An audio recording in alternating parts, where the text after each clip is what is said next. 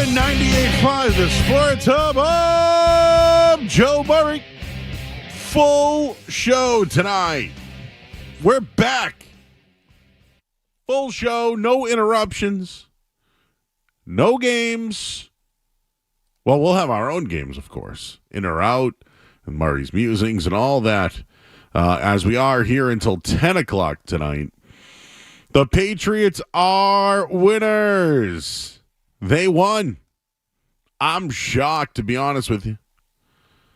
I thought that the Bears, who won every single game this year at home, would come back after a lackluster performance a week ago against Arizona and would just hand the ball off to DeAndre Swift every single play. I mean, that's the blueprint to beat the Patriots. Just use your running back and run the football. Instead, they wanted to let Caleb Williams try to throw, who was horrible, was sacked 9 times in the game. And in the end, if you wanted to hype it up as a Drake May versus Caleb Williams game, Drake May far and away the better quarterback yesterday. But there were 2 really important things that happened. And again, the phone number here is 617-779-0985. We're on YouTube as well, youtube.com/985 The Sports Hub. The Patriots, 2 good things happened yesterday. Number 1, Drake May got his first win. He's put up really good numbers, right? He's put up really good numbers. And thank you, Kevin. I appreciate you. Yes. I'm in a different seat right now, so I feel like I'm Humpty Dumpty on Maz's chair right now too. Like I can fall right over. 2 good things happened yesterday. Drake May got his first win. He's put up good numbers. Now it's led to a win, although it was only 19 points. Although he still threw a turnover and a touchdown pass, he got a win. That was good for the New England Patriots. And number 2, this was the number 1 thing that we had this year, which would be a success for the Patriots. Thank you, Kevin. Number 1 thing this season. What is a successful season for the New England Patriots? Do they have a coach in Gerard Mayo? And yesterday, coaching was on display. I'm not saying it was great, but was it an improvement? Did we see progress? Did we see the changes? All the things that Gerard Mayo has been preaching for weeks, which we haven't seen, we saw it yesterday. Let me give you a few examples. The Patriots were aggressive before half. They haven't been aggressive before halves. They've been run. It worked yesterday. And you know what? Even though it came down to the final second, it worked. Bravo. The Schooler thing on defense, you can laugh about it. You probably won't see it more. But it was an adjustment, and it worked. Changes. It worked. They stopped the run. This team has given up 160, 150, 190, 190. The fact that they gave up 70-something yards total yesterday, that's an improvement, and it shows that they aren't making the same mistakes over and over and over. Now, is that more of a Bears problem? Probably. That was coaching. You give the ball. DeAndre Swift should have had 30 touches yesterday. It was embarrassing what they did offensively. But you know what? The Patriots made really nice plays, and they didn't play aggressive, and they didn't blitz, and they played man-to-man defense all day, which led to what? 9 sacks. A lot of it had to do with coverage. A lot of it had to do with Caleb Williams. A lot of it had to do with the fact that they were down 3 offensive linemen. But the Patriots didn't need to employ a pass rush. They didn't need that outside guy that can get after the quarterback. What do? They played smart. They played their lanes, and it worked. Also, the rookie receivers got more play. Kayshon Boutte, more big plays down the field. Hey, Jalen Polk, say what you want about it. They had a one-on-one situation that they designed for him on the goal line. He made the catch. Yeah, although he had 2 targets, it's a step forward for the rookie. The Bears were really, really bad. I mean, they might have been the worst team we have seen this year. They were really bad. They gave up at points. DJ Moore takes his helmet off all the time. They tried to make Caleb Williams the star. Just keep it simple and hand the football off. I don't know what their offensive coordinator was doing. Caleb Williams struggled as well. And just to bring it up, of all the quarterbacks that played yesterday, Caleb Williams, Jaden Daniels, Drake May, Bo Nix. Drake May was the only one to win on Sunday. And it's starting to become clear that this is Drake May's team. I don't know if it can carry over next week talent-wise against the Rams. I don't know. But can they continue to show progression? Can Drake May show progression that could add to wins or winning situations? Before the half, that was a winning situation. Again, you saw the adjustments from the coaching staff. Can it carry over to next week? It doesn't mean they have to win. Can it carry over? Now, if I wanted to be critical and to be fair, the Patriots only scored 19 points. They were bad in the red zone, and they turned the ball over again. But there's no doubt about it. This is turning into Drake May's team. There was progression, and there was progression from the coaching staff.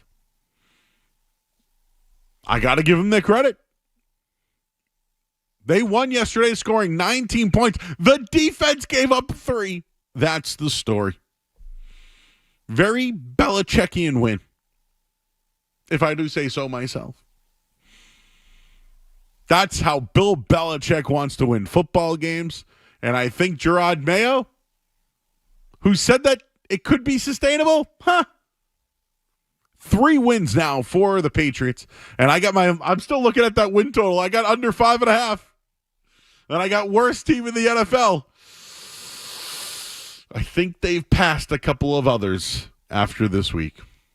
We'll leave it there at 617-779-0985. I'm Joe Murray. We got Skaz here. We got our intern Joey as well. We're here until 10 o'clock. Full show tonight here on 98.5 The Sports Hub. Don't go anywhere.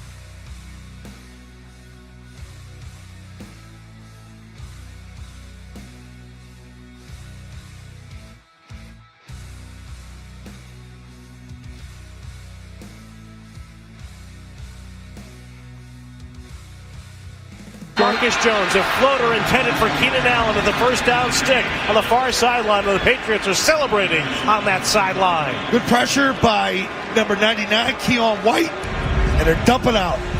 Bye-bye. Startup buses. Thank God.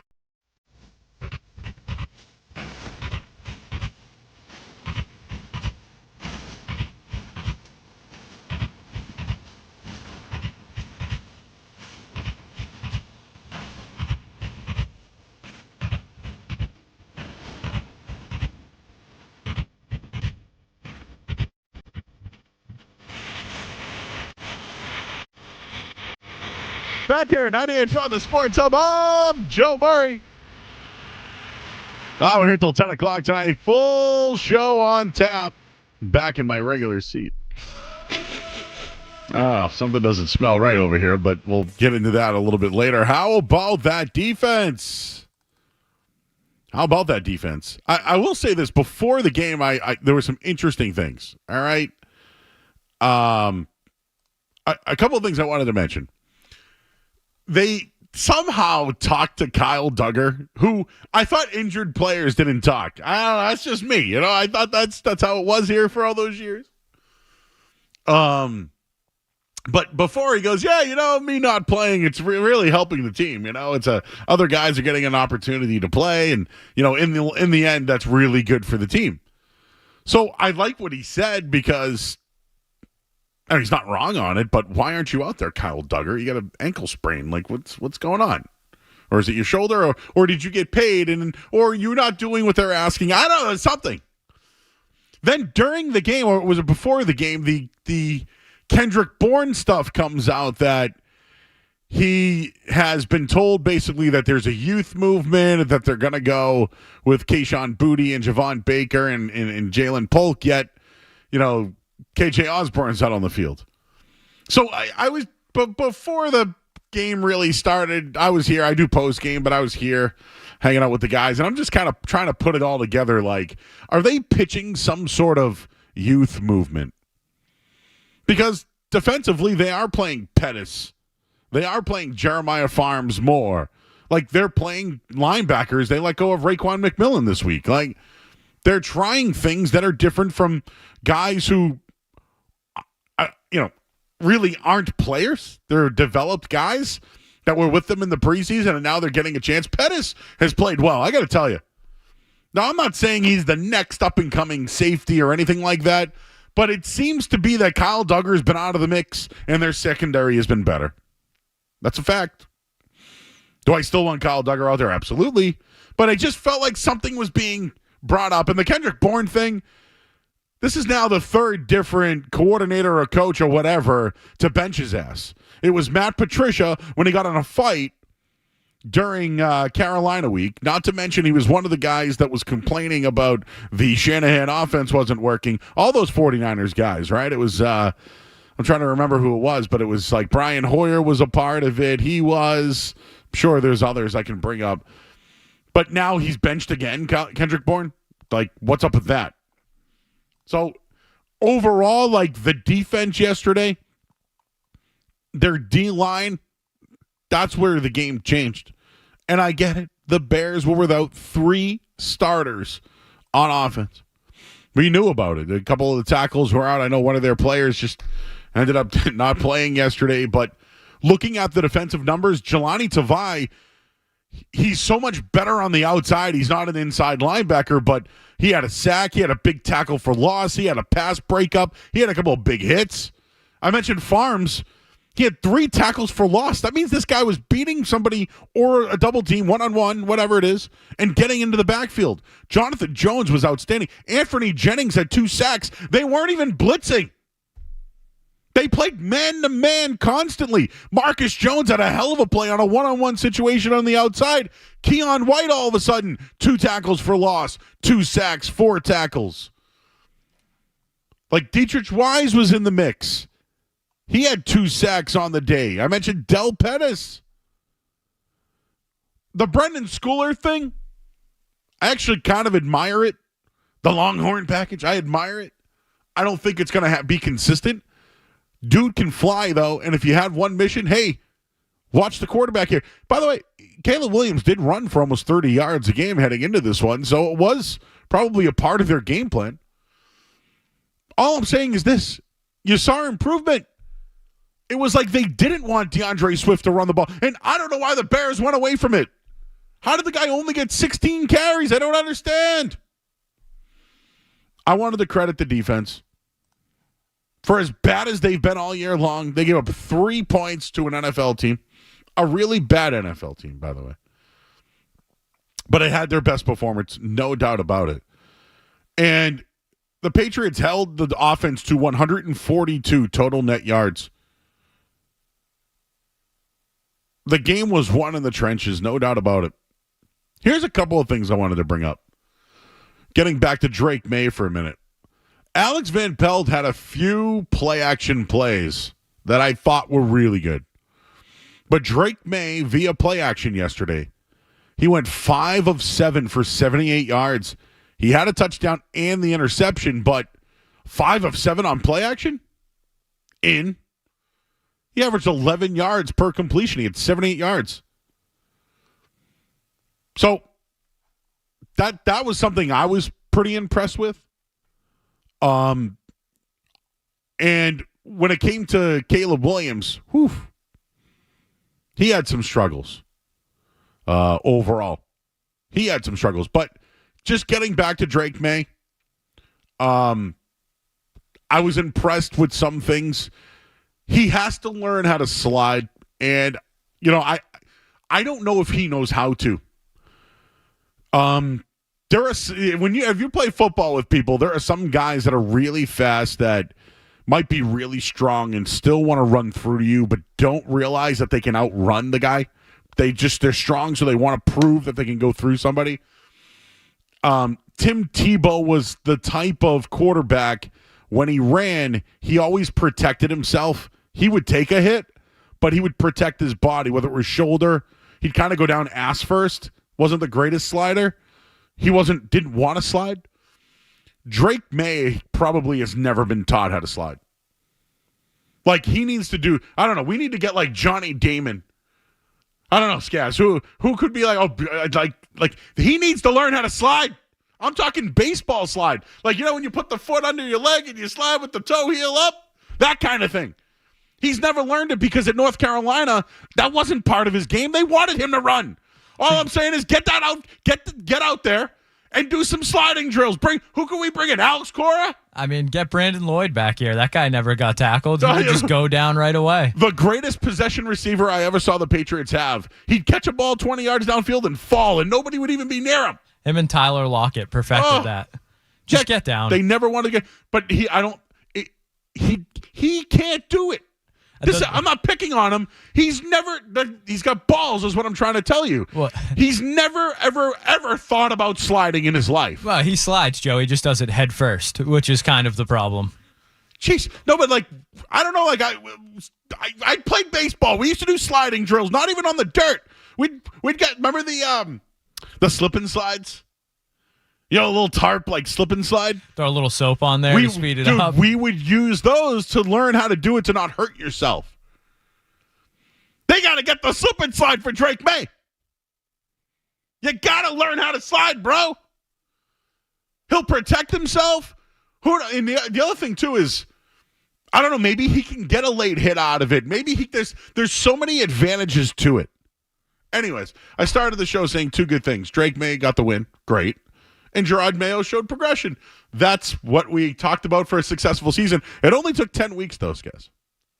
Yeah, I thought yesterday was far and away, since maybe the Cincinnati game, the coach's best game of the season. I thought AVP at least looked like he was trying new things. I didn't feel great about that the trick play they ran that took 8 full seconds to develop. They ended up getting 8 yards out of it, so I guess it was successful. But, yeah, I thought you got some bright spots yesterday. I know a lot of people say it was more about the Bears than the Patriots, and I think there is something to that, but this is what you're supposed to do. If you're a bad team, you beat a worse team on the road because of your coaching, because of decision-making, and I didn't think Drake May had a great day yesterday. I thought he made some really bad throws, but he stepped up when he needed to, but there was a couple times he was thrown into double coverage late. He had that horrible interception, so a positive thing for Patriots fans. I'm done with the losing. I don't want them to lose. I never wanted them to lose. I'm not in that camp. So Drake May, slight progression. I thought he didn't. I didn't think it was Drake May's best game. I'll say that. I thought they should have scored more points. Yeah, absolutely. I thought he made some really questionable throws into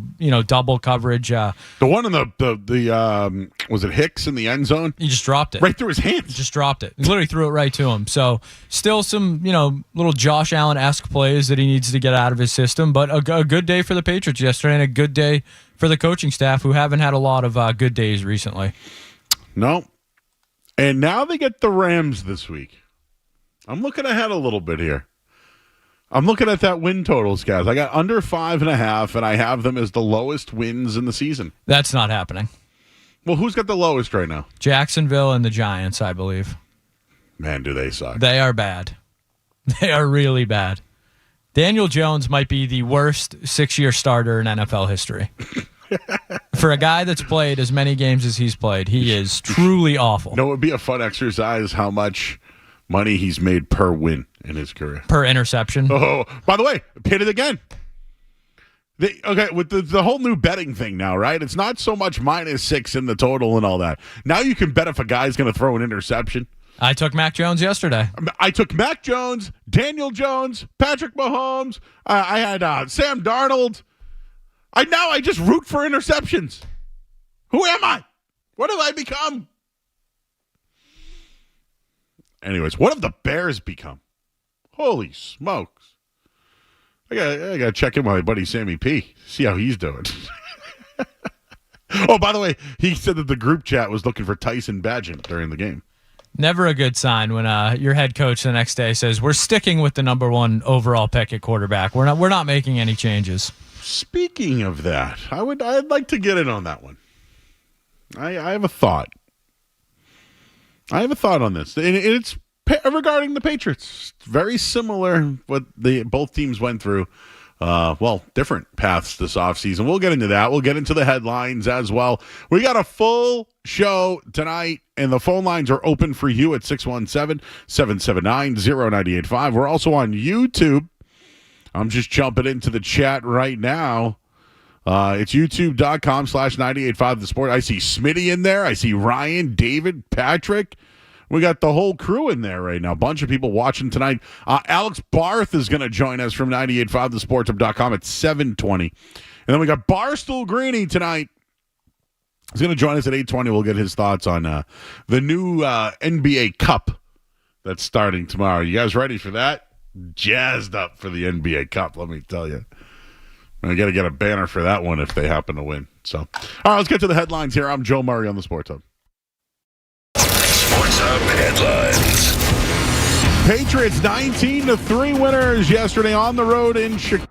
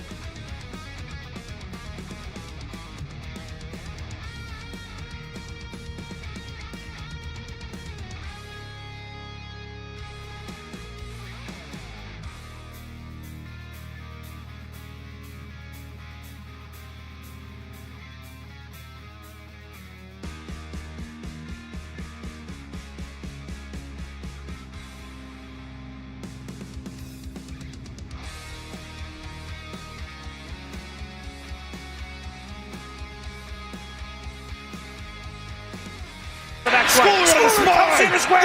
He's got there for the sack. What a call. Deion White, a third defender in the backfield as the Patriots take down Williams. That's a great call by DeMarcus Washington. Schooler comes up. He's showing blitz. Then he drops him. What he is, he's the spy for Caleb Williams.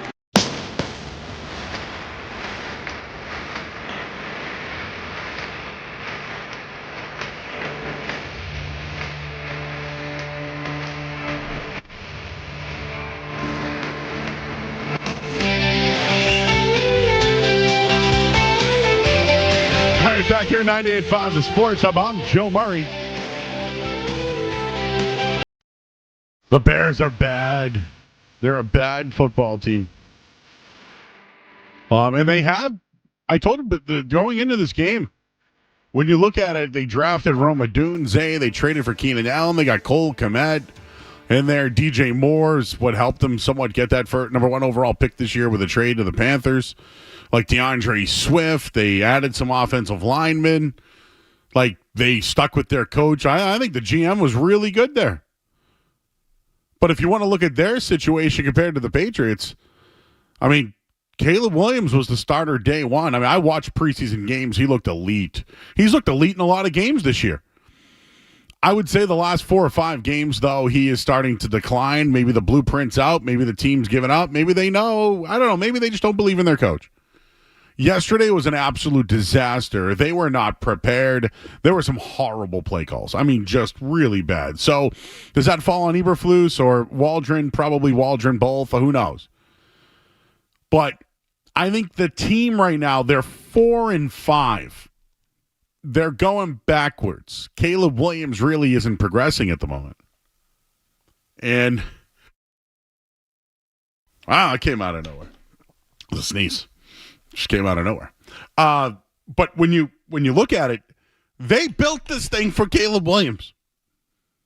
And it's easy to say, the Bears staff is screwing up another quarterback. I mean, they did it to Justin Fields. They've done it elsewhere, okay? They've done it for years now, right? Mitch Trubisky's one. You know, they used to bring in Jay Cutler. They've Rex Grossman at least brought him to a Super Bowl. It's just, that's where quarterbacks go to die. Chicago. It's where they go to die. This kid's good. I know he is. But right now, he's doing too much. He's holding the ball too long. He is not developing. This is exactly what people wanted out of Drake May this year, was not to play so he could learn and develop. Caleb Williams played right away. Right away. Is he developing still? I think Caleb Williams was developing in this situation. No. I think they should bench him. Matt Eberflus came out today and said that he's not. Some guy in postgame yesterday went at me for saying I'm an idiot for saying this, but no. I've seen Bryce Young get benched, and he's won 2 games in a row now. Some guys have to take a step back. You can't lose the team right now, and I think that's exactly what's happening. I mean, Keenan Allen had some really big catches yesterday, but where was DJ Moore? They throw to him, it's too low. They're not on the same page right now. And you could alienate everybody else. The defense is not great either. But I think what's going on with Caleb Williams, I think they just need a different guy to kind of try to get things on track. I know benching a guy and going back to him isn't always great. But I don't know how he's developing. So if we're comparing the situation here in New England, Drake May's now playing every day. Players are now rallying around Drake May. The Patriots are finding ways to develop around Drake May. Right? The younger players are playing and they have a connection with him. The line is getting better every week. The running game is back on track. Well, kind of. It's just everything's now progressing around Drake May, where in Chicago, it's looked at as the coach and the offensive coordinator are ruining the kid. I see progression here. I see progression with the coaching staff. I don't see it in Chicago, and I don't know what they should do. So if we're just talking about it, the Patriots might have hit on the right guy here. I'm not saying that Caleb Williams can't be a good quarterback in this league. I do. I think he can. I think he still has extreme high upside. I do. But man, if we're just looking at it right now, who would you rather be? And just think about this. If you put Drake May on the Bears, where would they be? I want to give Leroy credit for this one. Leroy suggests that Drake May can elevate the team because he's good enough to do that despite the coaching staff, etc. Caleb Williams can't. Some players just show up somewhere and they play and they're good right away. Through 5 games, Drake May has done that. Now, Caleb Williams, on the other hand, when pressured yesterday, he threw 1 of 7 for 4 yards and had 8 sacks. When Drake May faces pressure, he's unbelievable. Big difference here. When Caleb Williams is under pressure, he's failing. And he's not developing. 9 sacks. Just run the ball. Here's a good question. Who's the next coach for the Chicago Bears? I'm just throwing this out there. Bill Belichick's spoken about Caleb Williams, right? You think he'd want to go there? You got to start thinking about this. Who will be the next coach of the Chicago Bears? You're going to get the number 1 overall pick, one of the most talented guys out of college in a long time. Who will be that next coach? I also wanted to bring up something that Rex Ryan said today that was very interesting. He's been talking about how former players who played for the franchise become head coaches. It's happening everywhere, right?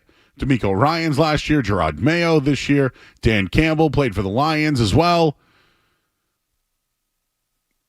You know, Aaron Glenn is with the Detroit Lions right now. Would he want to go to the Jets or the Saints where he's played before? The Cowboys may have an opening too. Deion Sanders, maybe? I don't know. You got one for me, Skaz? I got another name that I think's starting to make his way up the ranks. Liam Cohn, from UMass, the Bucs offensive coordinator. Yeah. I think he's had a really good year. I think he's kind of had a resurgence with Baker. Yeah, he put Will Levis on the map at Kentucky. Yeah, he played quarterback at UMass. He's been bounced around the SEC, and he's been great. Went to the NFL for a year, went back, and now he's doing very well. So I don't know if he's a guy that's ready yet, if he's in that Ben Johnson, Bobby Slowick mold, but he seems like he's going to be one of the next guys to get an opportunity. Do you think Lincoln Riley could be someone that goes to Chicago? I'd take Lane Kiffin over Lincoln Riley, but yeah, I don't know. Lincoln Riley, what is USC good? Like, no, not really, right? No. All Lincoln Riley can do is recruit quarterbacks and make them number 1 picks or first-round picks, which I guess is good. I guess if he just doesn't. I don't know what that does for you in the NFL, though. Yeah. Is there a former Bear that could be the head coach? That's a coach. Ron Rivera, I think, is already. That one's probably over. Like if you were Ben Johnson, right? Would you are the Patriots now going to make a move? Like when it comes to next year and coaches available, the Patriots have had some success. I would still make a move. I would still like to upgrade the team. But Ben Johnson, he's got a choice to work with Caleb Williams or Drake May. Aren't you going to take Ben Johnson? This is going to be very interesting. Where's Belichick going to go? Oh, it's going to be absolutely great. And I can't wait for it. 617-779-0985. We're here until 10 o'clock tonight. Let's go to the phones. I'm just pulling up the call screener. Let's talk to Nick. He's in the car. Hey, Nick. Hey, how you doing, Joe? Good, man. So I'm kind of an older dude. I think we're about the same age. And last week during the Titans game, at the very end, even though they lost, the whole team ran over to circle around Drake May, and it was kind of one of those moments that is kind of I don't know, it's a watershed moment or something, when the whole team kind of was like, yeah, that's our leader. And it kind of reminded me of Bledsoe back in '93 when he had that big touchdown against Miami to end the season. So I don't know. They're losing. They kind of suck, but you can see that the team is starting to have an identity, and Drake May is obviously the right guy for the team. So I'm positive, even at 3-7. All right, man. Appreciate the call here. Yeah, I think people are very positive today. Very, very positive today. Let's go back to the phones here. Gabe's in West Roxbury. He's got picks for us tonight. What's up, Gabe? Hey, Joe. How's it going? Good, man. I just want to say May, I'm loving it. He looks good. And I love how he came up his background, like kind of Gronk-like, where when he said, like, about getting hit, he's like, well, when I was younger, I get hit by my brothers and I get right back up. Yep. You know, so I love that. And, all right, so quick picks. I like Puka tonight. Over receptions, over yards, anytime touchdown. And then my sloppy pick is a anytime touchdown by Tutu Atwell. There's not much tonight. So I actually, Tutu Atwell. And then I love Kyrie Williams. You know, the ladders instead of just doing over-under, I'm doing 110 plus yards. So what is it again? Just say it out loud. I'm sorry. I like Puka Nacua tonight. Puka Nacua. Go what? Anytime? Receptions and yards. Okay. I like my greasy touchdown is Tutu Atwell. And then I do like Kyrie Williams, not even the over-under in rush yards, but doing the ladders to, I did 110, which it gets up there plus 180 or so. I think he will have a good night tonight. Thanks, Gabe. Appreciate you, bud. Bets. Oh, here's a good one. Josh is in Georgetown. Hey, Josh. Hey, how we doing? Good, man. Hey, look, I'm not a Drake May fan, and all I can say is you're saying that Caleb Williams is worse than Drake, and I'm looking at Caleb's stats. Yesterday. Yesterday, maybe, but not for the season. You had been moving to, be offensive coordinator for Drake before Caleb. I wouldn't do that. I'd rather. Who came into a better situation this year, Caleb Williams or Drake May? Well, Caleb Williams is better receiver, sure. Okay, then why is he? Then what's going on? If he's so great, why can't he be better than the coaching staff? Isn't that what Drake May's doing? Listen, I'm just saying I wouldn't move if I was the coach. Spitting facts, if I was the coach, I'd rather have Caleb. Hey, listen, I think Caleb Williams is better than Drake May too, but they do have to go play football games, Yes, and Caleb has been dominant compared to Drake May. Caleb has three more wins than Drake May, but I wouldn't call him dominant. I mean, if I just looked up the last 5 games for Drake May and the last 5 games for Caleb Williams, the numbers are better for Drake May. You should do that. I have. I already got you should do that. Caleb I don't think that's true. Well, I'm the guy who does his job. I'm the guy who does his job, and I have the stats if you'd like them. Let's take a look at week 5 and 6 then. Happy to, because that's the last 5 games for Caleb Williams, and he makes Drake May look like a high school quarterback. Josh, if that's the case, why does Caleb Williams rank 28th in QBR? Well, he had a couple bad games at the beginning of the year where he did nothing. You're really defending Caleb Williams for having for sucking the last I'm just saying that you're like saying that Drake May's the second coming, and I'm watching Caleb Williams put up games with 363 yards. Yeah, yards. Woo! Yards, right? Yards. Woo! More touchdown passes in a game. If you want to throw out numbers, throw out wins. Throw out wins. Caleb Williams has more wins than Drake May. If you want to throw that out at me, absolutely, I'll take it. And going into it, I always had Caleb Williams, Jaden Daniels, and Drake May. I always have. I watch college football. I'm in the know on all this stuff. But let's just talk about it. Drake May's team is not good. He is elevating his team despite the coaching staff. Caleb Williams is not doing that. He came into a situation. Hell, we could throw into that situation. I just think what Caleb Williams is doing right now, the team's almost against him at this point. They're not for him. Everyone's for Drake May. I can take a quick break. What do you got? Caleb Williams threw for 363 yards in one game this year. He had 52 pass attempts in that game, and his team lost to the Indianapolis Colts 21-16. Yeah. Just in the, honesty. Facts. Again, he wanted to say, hey, pull up the last 5 games of each guy. Like, I'll tell you right now, Drake May, since being the starter of the New England Patriots, is averaging 19.7 points per game. The Patriots last year averaged 12. With Van Pelt, it was 16 to start the year. Do I got to go back to Matt Patricia's year, too? That was 16. Well, now I blew by the whole break. Let's just finish this one off. Benny, how you doing, bro? You gonna take me after that? Appreciate it. No, I wanted to talk about the second quarter yesterday. I feel like that was probably the most impressive 7 minutes of the Patriots season I've watched. And the play where they executed right before the field goal, I thought that was one of the most impressive plays they've had. That wasn't a scoring touchdown. To pass the booty, catch the middle field, and have everybody like working together to get the ball spiked and stop the clock. I thought that was impressive. Dude, they weren't doing it before because they didn't trust the kid, you know? Yeah. So it was nice to see. It was nice to see everybody in sync for once. That 7-minute stretch was real nice, especially to end it with a touchdown. And I wanted to end it with Giannis. Giannis is a dirty player. Switching sports. I'm done. Giannis is getting into that category of being dirty. Yeah. All right, Benny. What do you think of Giannis?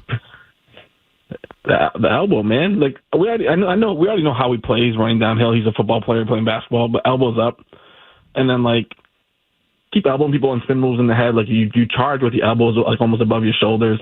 The contested 3 against Jason Tatum in the corner, like that's ridiculous. So I don't know. And then people are already putting compilation videos. I don't know if you've seen them out there, like all the dirty plays. It's all adding up. He's a child, as Jalen. The child. That was hilarious. Thanks, Benny. Appreciate you, bud. Hey, appreciate you guys. Man, take it easy. Sour the Sports has been brought to you by Jackson Lumber and Millwork, supplying contractors and homeowners with residential and commercial building materials since 1946. JacksonLumber.com. I'm Joe Murray. We got another hour next here on the Sports Hub. And I wanted to end it with Giannis. Giannis is a dirty player.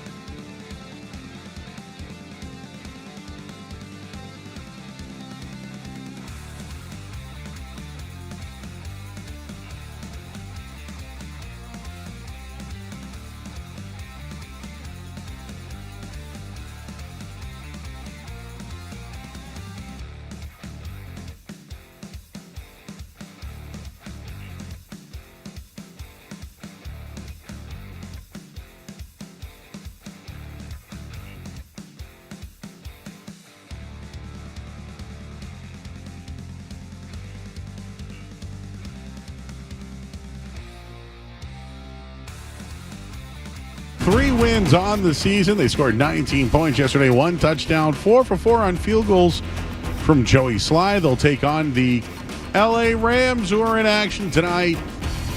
They take on the Miami Dolphins on Monday Night Football. The NBA Cup begins tomorrow.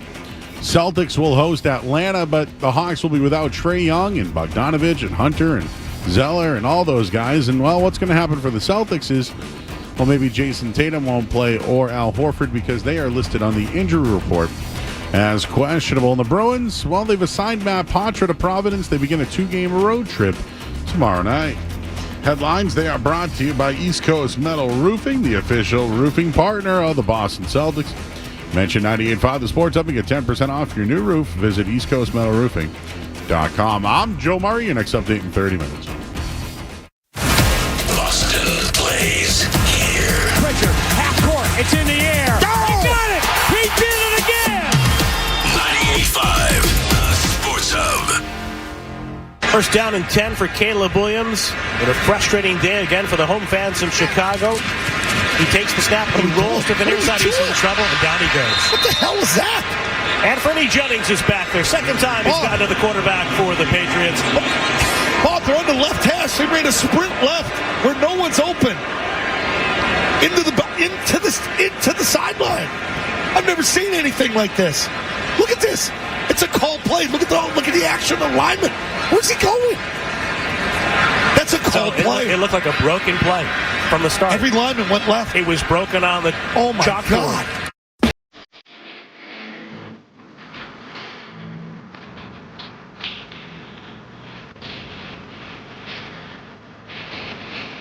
God.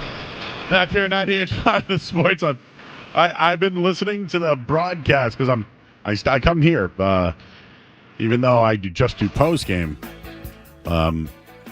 Because of where I live, the traffic is insane on a Sunday morning, so I just leave my house at 11:30. I go to Market Basket, and then I basically hang out here all day until 7:30 until post game, and I watch on our 3 TVs in our red zone that we have because it's just easier for me to gamble all day and watch games. so I, guys, you should see me. I got one game here, one game there. I got the middle thing on with like the live thing. I got my other thing going with red zone. I got scores going. It's like a, we could like make this like literally we could probably have this as a sports book in this joint if you really wanted it to. On a Sunday, it's wild in here. But yeah, I've been listening to Zoe, and I'm not the broadcast, and it's so much better. It's so much better. Oh, I can't stand the national. Like, I thought we were going to get a Tom Brady game this year. What happened to that? That's not happening anymore, right? Because they suck, right? That was just Zoe going nuts about, I don't know. I don't know what I was saying there. I got distracted again. You got something for me? I was just going to say, I think Brady's gotten a lot better. I know people kind of were crapping on him at the beginning of the year. I think he called that the Rams, not the Rams, the Bucks game yesterday with Baker trying to come back at the end. And I thought Brady was pretty good in that game, giving a lot of praise to Baker and just kind of, I know they had their weird little tiff earlier in the season that they seemed to sort out. But no, I think Brady, he's not the best, but he's gotten a lot better. I don't know if you heard Gus. I know this is a weird side tangent, but you heard Gus Johnson this weekend? No. He was. What game? What game? Sounded like he got muzzled. Like it was the Ohio State game, but he like wasn't. Like if a ball goes up in the air, he goes. That's a deep bomber. He was like monotone and like quiet. Whoa. It was very weird for a Gus Johnson game. Keep our eyes on that one. Got to keep our eyes on that one. By the way, did you hear the clap after the game yesterday? So listen, you know who I work with here? I work with Jeremy Conley. And when Drake May came to the podium and he goes, all right, clap it up for the defense, I think only one person clapped. It was kind of cringy. It was. And I will tell you, the majority of the people that I was with yesterday were out. Like, gave the sign and everything. Out. That should be like, phones down, notepads down real quick. Clap it up for the defense, man. Clap it up. Somebody else clap up. There we go. One clap. There we go. One clapper. Who was the clapper? Who was the clapper? Who do you think it was? Reese? I don't know. I'm gonna say no. It was not Mike Reese. Who was the clapper? Maybe it was our guy Evan trying to get back in good graces after his. Evan could have been there. Yep, could have been Evan. Oh yeah, that's a good one. We should ask Barth. Who is the clapper? One person clap. Put your phones down. Pads. The only thing I do like about it though is he's showing leadership. I know I'm kind of crapping on him. No, I actually like this. I like that he did that. I think this is starting to be his team, slowly but surely. So the report it came out during the game, which is interesting. But Drake May, during practice, didn't like the way the team was practicing. And asked Alex Van Pelt, hey, do you mind if I talk to the team and address the team about being better at practice? I don't know if you have the sound there, but Drake May talked about it, and to paraphrase, he essentially said there's some things that they're doing in practice that he wants to be better at in the games. He thinks that one thing they work on in practice could really lead to a game. Let's hear Drake May on that. Yeah, I think just little things. I think just taking, that next step is me being the quarterback and, in the offensive meeting room of, these little things that are adding up and hurting us in practice that are leading to game day. I think, last week I mentioned we had, second and third down in the 2-minute drill that we ran it and we couldn't pick up 1 yard, little things like that, just a little detailed and focus. And I think sometimes you get into practice mode where you're just running plays and not really tuned in and trying to execute, specific plays. You're trying to just get in a groove of, hey, we're just running plays out here just for nothing. And just really try to, challenge those guys and challenge myself to take each play and, know that when the game comes and this play is called, it matters. There's so many times, throughout the the game, you see how much that play can impact the turnout of the game. So I was just trying to get through to them and probably fumbled some words trying to do it, but I think those guys respected it. And I've had 55 people just tell me that Zoe is the clapper. I'm sorry I didn't listen. Defense, man, clap it up. Somebody else clap up. There we go. Appreciate you. There we go. Zoe don't clap like that. That was a flailing clap. Nope, not Zoe. I know Zoe. Zoe may have admitted it, but I don't think it was him. Would you just get a bunch of calls, Joe, that it was Zoe? Unfortunately, you know what, guys? We work nights, right? So I can't listen to every show. I can't listen to all the other shows. If somebody said something at 10:07 this morning, I don't know. I apologize, but I don't think it was Zoe. Even if Zoe admitted it. Just like he may have admitted the headphones, I still blame Jamelli. Dude, if you brought something in here and took it off someone's desk, you can't trust me with that. Just like, how could anyone trust Zoe with that? I don't blame Zoe.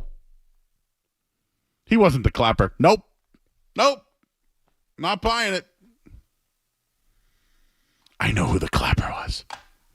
Yeah, Zoe put that one out. Hey, no, there's more to this. I know there's more to the clap thing. Anyways, I feel like I had more on the segment here, but he's becoming a leader, damn it. I feel better about the Patriots quarterback position. I don't know what that guy Josh who called in last segment to say Caleb is way better. I feel better about the Patriots going forward than the Bears. Fact.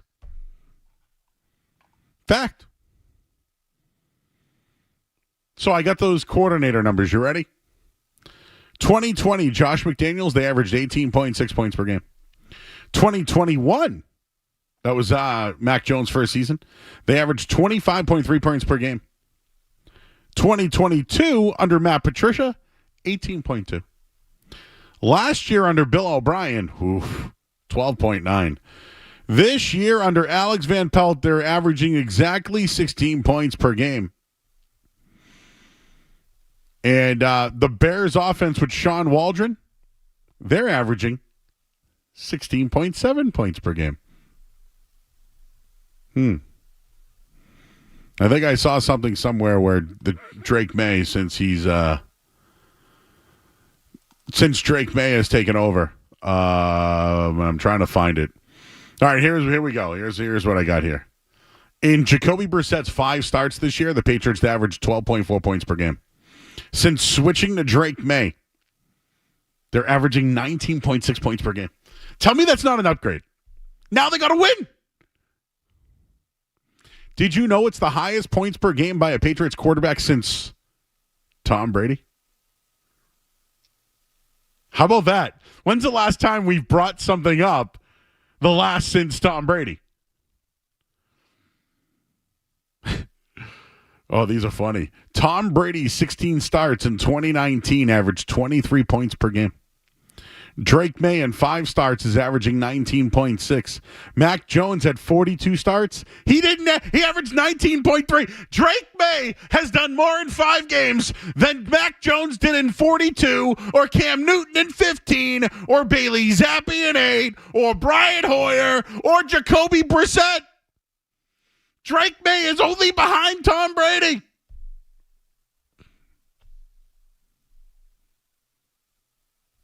Fact. Those are facts, Skaz. So don't call in with your no. Drake May, good. 5 games, good. Was it perfect? No. Is he still erratic? Yes. I'll take the 19.6 points per game because I remember what the 12 were. Oh man, we might have to write an article on this one. Drake May, 5 games, almost 20 points per game. Tom Brady's last year, 23 points per game in New England. Dominic's in Leominster. Hey, Dominic. Dominic. Hey, what's up, Joe? What's up? Big fan. Watching you on YouTube right now, actually. What's up? How you doing? How's my shirt look? Do I look bigger on television? Yeah, you look very handsome as usual. Thank you. Thank you. I appreciate that. I need all the love I can get. I was just watching the game yesterday, and I'm thinking, like, game 2 and beyond for the Pats, they were the worst-looking offense I've ever seen in my entire life. Until I saw the Bears yesterday. That team is ridiculous. How does Eberflus have a job? And also, if there was a redraft today, would it be, would May go before Caleb Williams, in your opinion, if they were to redraft today? Do I think the Bears would? No, I'm just saying in general. No, if there was a redraft today, if there was a redraft, it would probably be Daniels, May, Williams. But that's what I was thinking. The Bears would have been crushed if they took Drake May over Caleb Williams. And here's the thing: I don't think they would have played Drake May right away. No, I mean, I don't think no. I don't. But I don't. Looking back at it, don't you think he can play right away? Oh, absolutely. The kid looks absolutely solid. I mean, he's kind of reckless. He's probably going to get himself killed with all these running and headfirst dives. But I mean, he looks fantastic. Yeah, man. Well, I appreciate you watching on YouTube, dude, and thanks for the compliment. Ooh, the redraft, huh? Maybe we should do that some night. Redraft the top 10 or something. I don't know. Is that fun anymore? Brian's in Plymouth. What's up, Brian? Hey, how's it going? I'm enjoying the wins a lot more than tanking at this point. I appreciate the fact that you're beating division rivals and you're putting together win streaks. I don't think that the other teams are going to tank either. So the Patriots probably will land within the 4th, 5th pick, because I think Tennessee and Jaguars, they're going to be getting more wins, and I see Miami getting more wins. So I see the Patriots right around the same spot they want to be in. You got it, sir. Appreciate you calling in. Skaz, remember last segment when somebody mentioned something about Giannis and I just wasn't listening, and then I said, so what do you think of Giannis? What happened there again? I don't know what happened. We haven't done a full show in a while, so my comprehension skills need to be built back up a little bit. What did he just say? You don't know either, huh? There's something about the Patriots looking better in recent weeks. Maybe some more redraft talk. Oh, okay. All right. Well, I appreciate you, Brian. You calling any time in Plymouth, man. We love Plymouth. That Blackwater Grill down there is absolutely it's just a fantastic little summer destination. You know what I mean? Hey, we got Alex Barth. He writes for 98.5thesportsup.com. We haven't talked to him in like 3 weeks. So we're going to talk to him next about the Pats. We'll do that next here on 98.5 The Sports Up. Don't go anywhere. There's more Joe Murray. On the way on 98.5 The Sports Hub.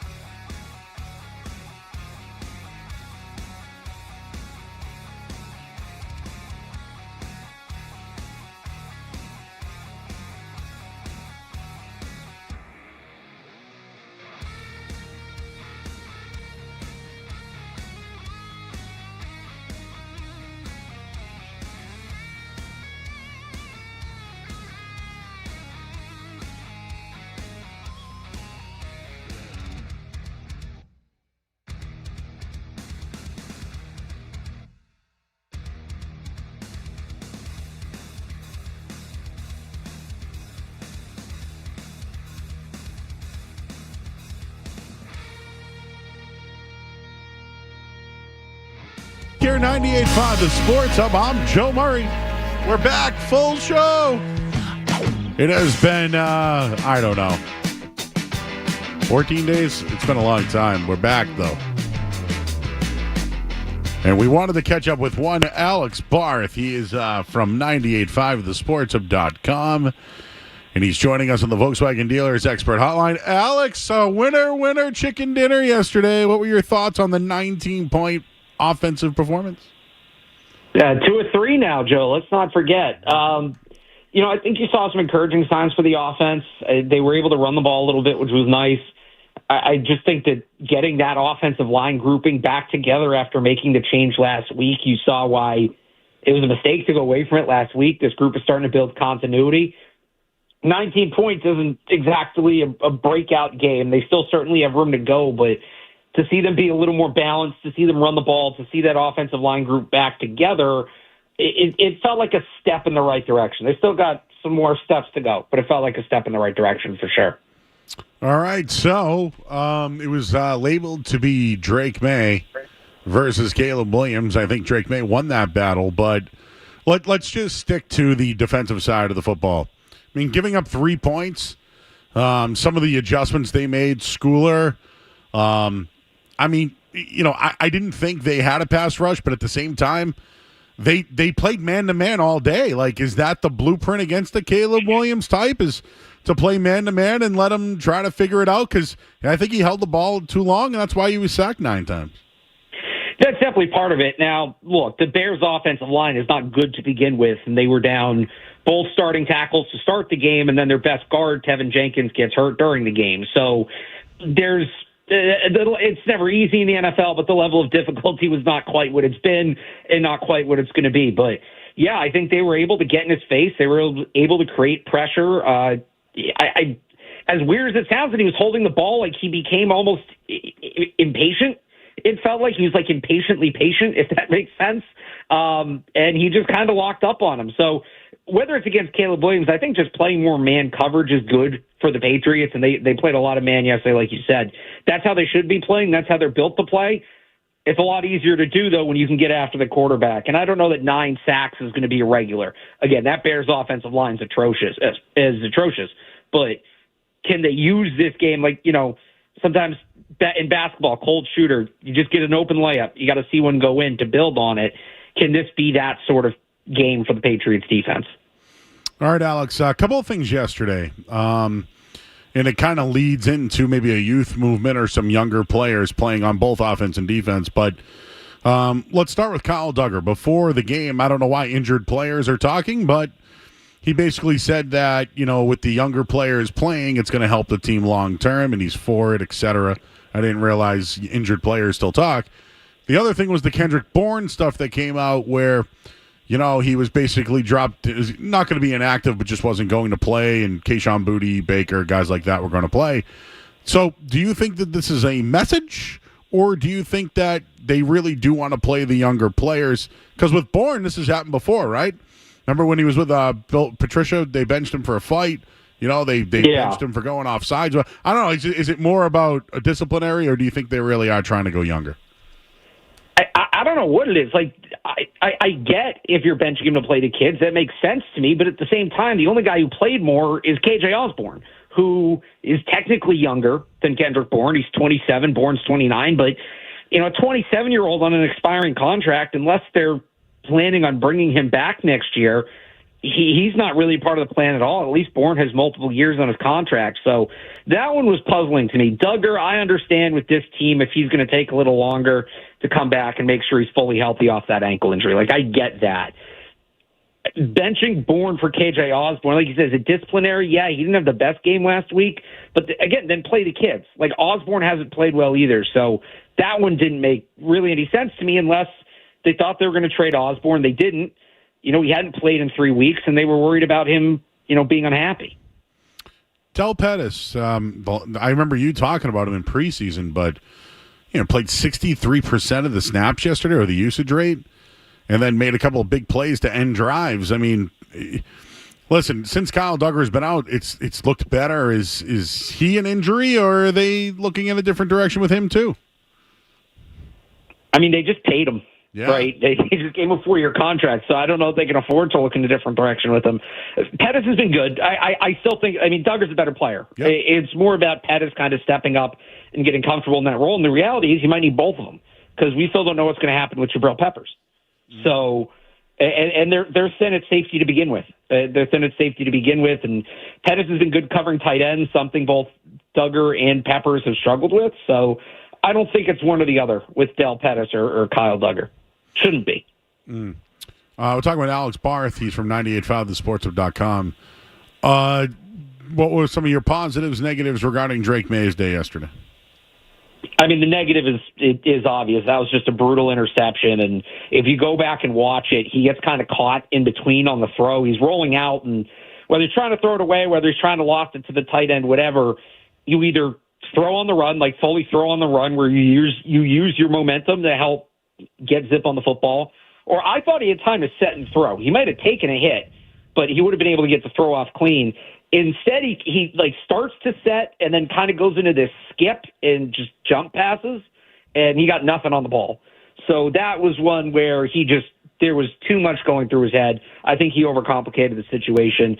Besides that, it was interesting to see him in kind of that distributor role where he threw 8 less passes than he had in any other full game this year. He threw 25. His previous low was 33. Wasn't really part of the run game. He had one big run late, but he wasn't really, he's been their leading rusher in most of his starts, and all of his starts, except the Jets one when he got hurt, and that was still close. So to see him in that distributor role, and to see them win with him in the distributor role was interesting because, all right, this is, how many people any game this year, if you said, can they win without Drake May putting up a monster performance, most people would say no. So I think to see them play that way and see how he handled being in that role was encouraging. Not saying that should be what they do every game. Not, it shouldn't be. Like he should be more involved this year and down the stretch. But we even remember with Brady, right? There were games where it was, we're going to run the ball, we're going to take advantage of the short stuff. Tom's not going to, be this overwhelming factor in this game. And sometimes you have to win games that way. And to see them do that, I think is a credit to May and a credit to the coaching staff. Speaking of the coaching staff, I saw development. I don't know where to be specific on, but I do think they were better at defensive line. They played a good man-to-man defense. The Schooler thing was interesting. And even being aggressive offensively before the half, right? We haven't seen that yet. Yep. Seems like they practiced it. And, I wanted your opinion on, where else you saw development, but at the same time, we are seeing development in Drake May as far as a leader goes. The report that, even talked about it yesterday that he wants to be better in practice, and it's slowly becoming Drake May's team, but at the same time, is it also becoming Gerard Mayo's team? Yeah, you hit on a lot of the places you saw development with the coaching staff. I would say the one other thing is going back to that line that was working and allowing them to continue to grow.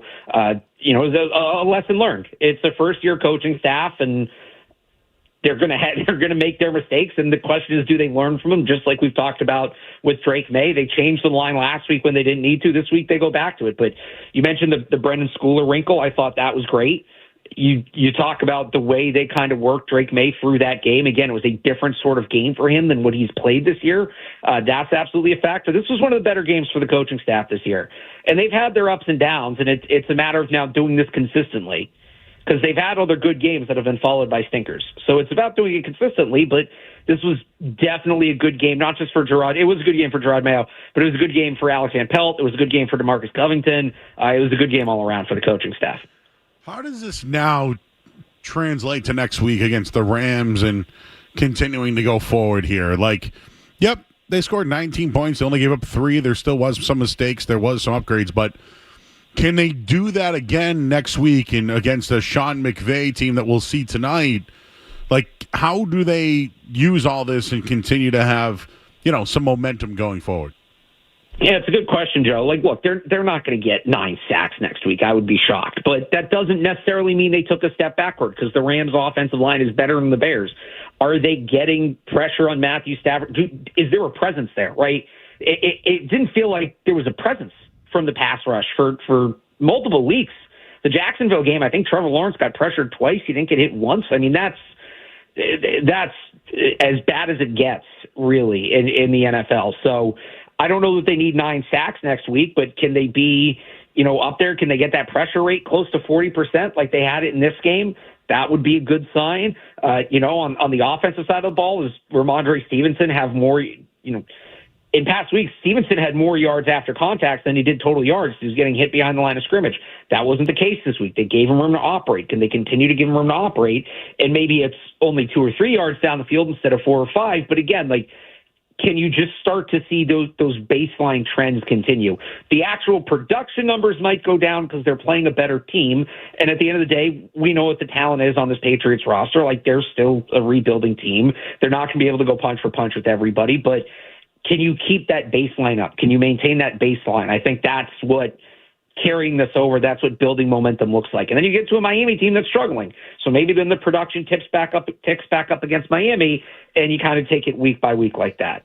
What you guys guess? Yeah, one of the things that I was impressed with and have been impressed with this season is the special teams. You guys just mentioned, a good day for Mayo, Van Pelt, Covington yesterday.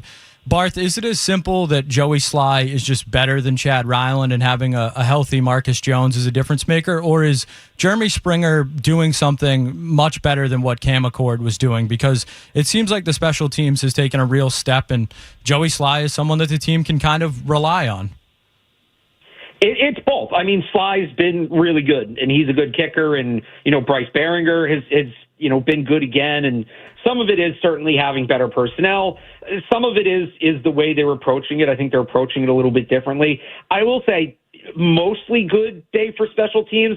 It was the 3rd time in 4 weeks they've allowed a field-flipping punt return, which it didn't burn them. It was on that first drive, and the Bears stalled out, but this is becoming a little bit of a pattern now that you want to see them be better about. But overall, yeah, the special teams has been much better.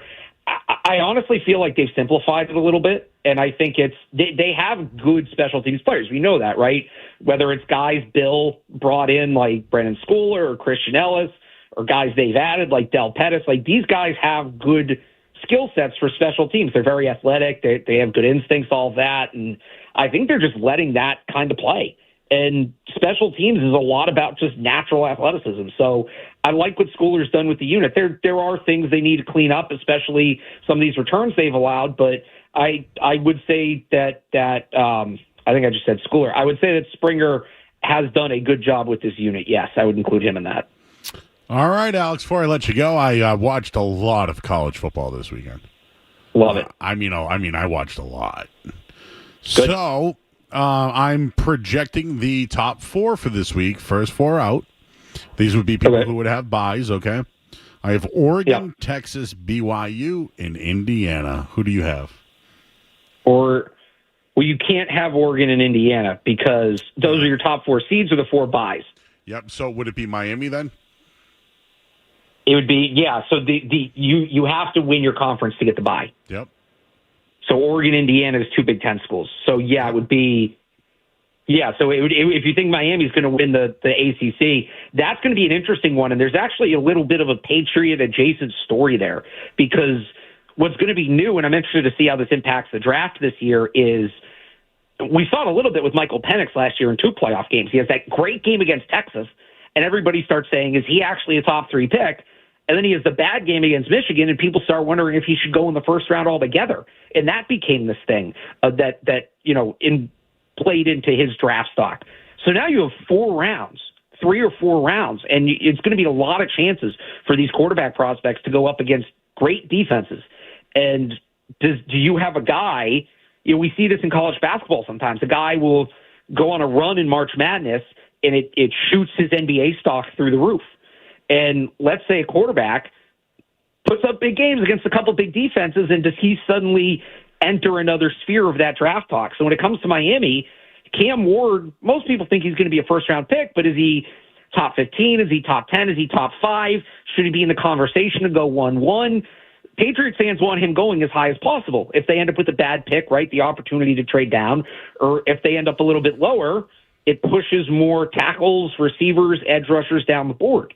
So the Patriots fans should be rooting for Miami here because you want Cam Ward to get to the playoffs and improve his draft stock. Same goes for Colorado, Shedeur Sanders.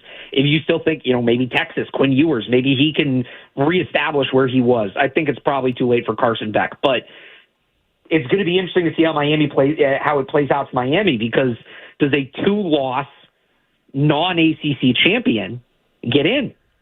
Or does it, go to maybe Army sneaks in if they win the AAC, or Tulane sneaks in if they win the AAC, or is it another SEC team? You could have 7 2-loss SEC teams. So it's going to be fascinating to see how that part plays out. I will tell you this. I've eliminated Emory Jones from my tackle list. I'm out. Okay. Well, he's a right tackle, but okay. Yep, he's out. I watched who was it? Will Campbell. Campbell. Dude, Yeah. He got beat. He fits the part, right? He's got the body type. I just watched him get beat too much. And I know he's going against Alabama. I get it. It's still Kelvin Banks for me, man. It's going to be interesting with Campbell because he's had he's taken a step back, and the debate with him is going to be, he was so good last year. Was this just a case of, I know I'm going to the NFL, whatever, right? Is last year the real him and he took a step back this year, or is this year the real him and last year was an anomaly? That's going to be the debate. I still lean Kelvin Banks because I can't get past the penalties. I understand getting beat, like you said, against Alabama, but it's been a lot of penalties for Will Campbell this year, which makes me nervous. I'm still with Kelvin Banks, but it is a good observation. I don't know if you watched Banks against Florida. I thought he had a pretty good game against Florida. Yeah. The best player I've seen over the last couple of weeks is Abdul Carter. Plays for Penn State. And Mason Graham had a hell of a game for Michigan this week. Mason Graham's a good player.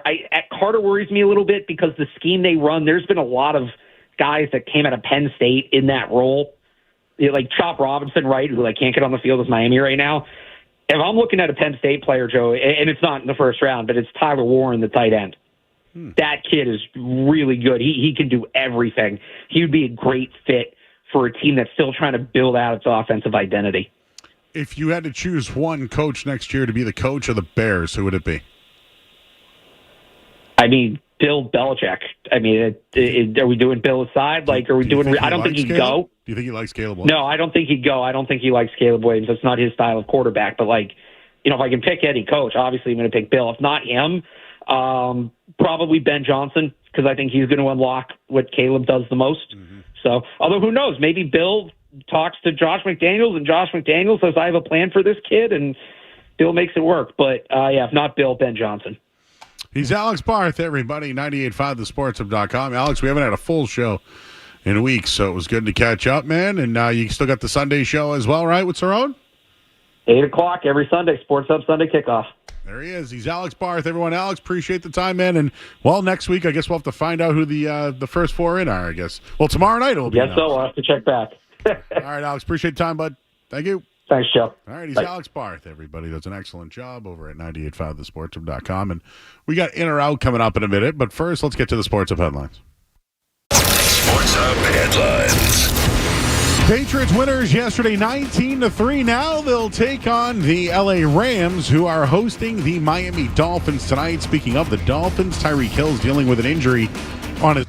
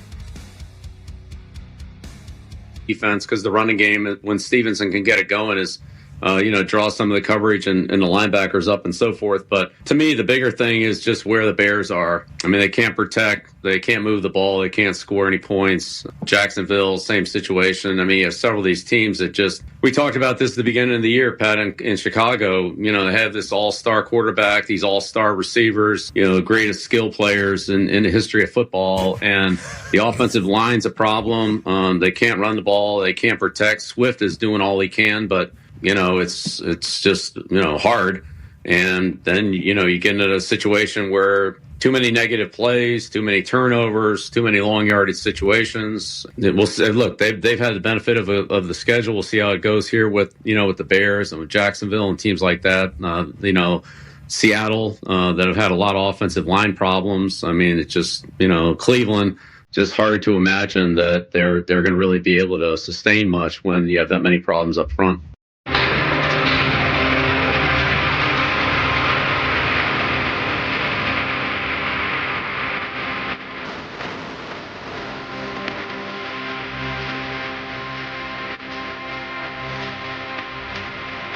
All right, back here, 98.5 Sports. Bill Belichick. A job is going to open up for this man. For all the people that didn't want to hire him this year, he's going to fall into a better situation. I don't know if Dallas is that spot. Jacksonville's starting to look real intriguing, though, to me. Imagine Mac. No, it's not happening. Sorry, no. How about that one? Yes. Well, we'll go around the NFL in a little bit.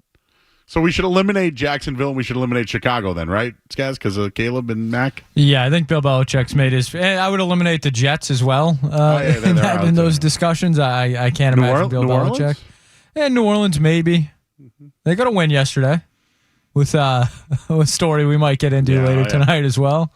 The Darren Rizzi. Busy day for him. Rizzi getting busy in the tizzy. Well, we haven't done it in a while, and it's called In or Out, and we're going to do it next. What's it going to be, McFly? Here on the Sports Hub. What's it going to be, McFly? Are you in or out? More Joe Murray coming up on the Sports Hub.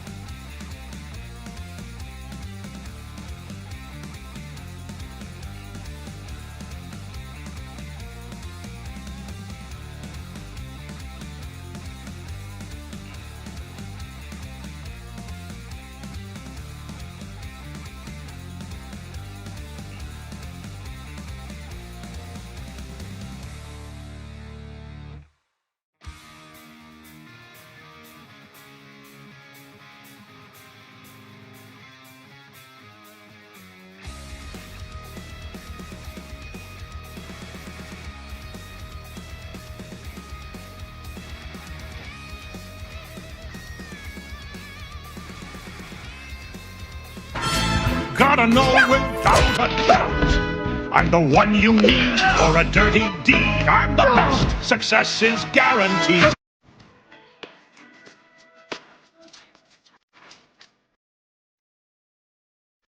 All right, it's in or out. You're either in or you're out. Skaz asks the questions. I give the answers. Well, we both all do.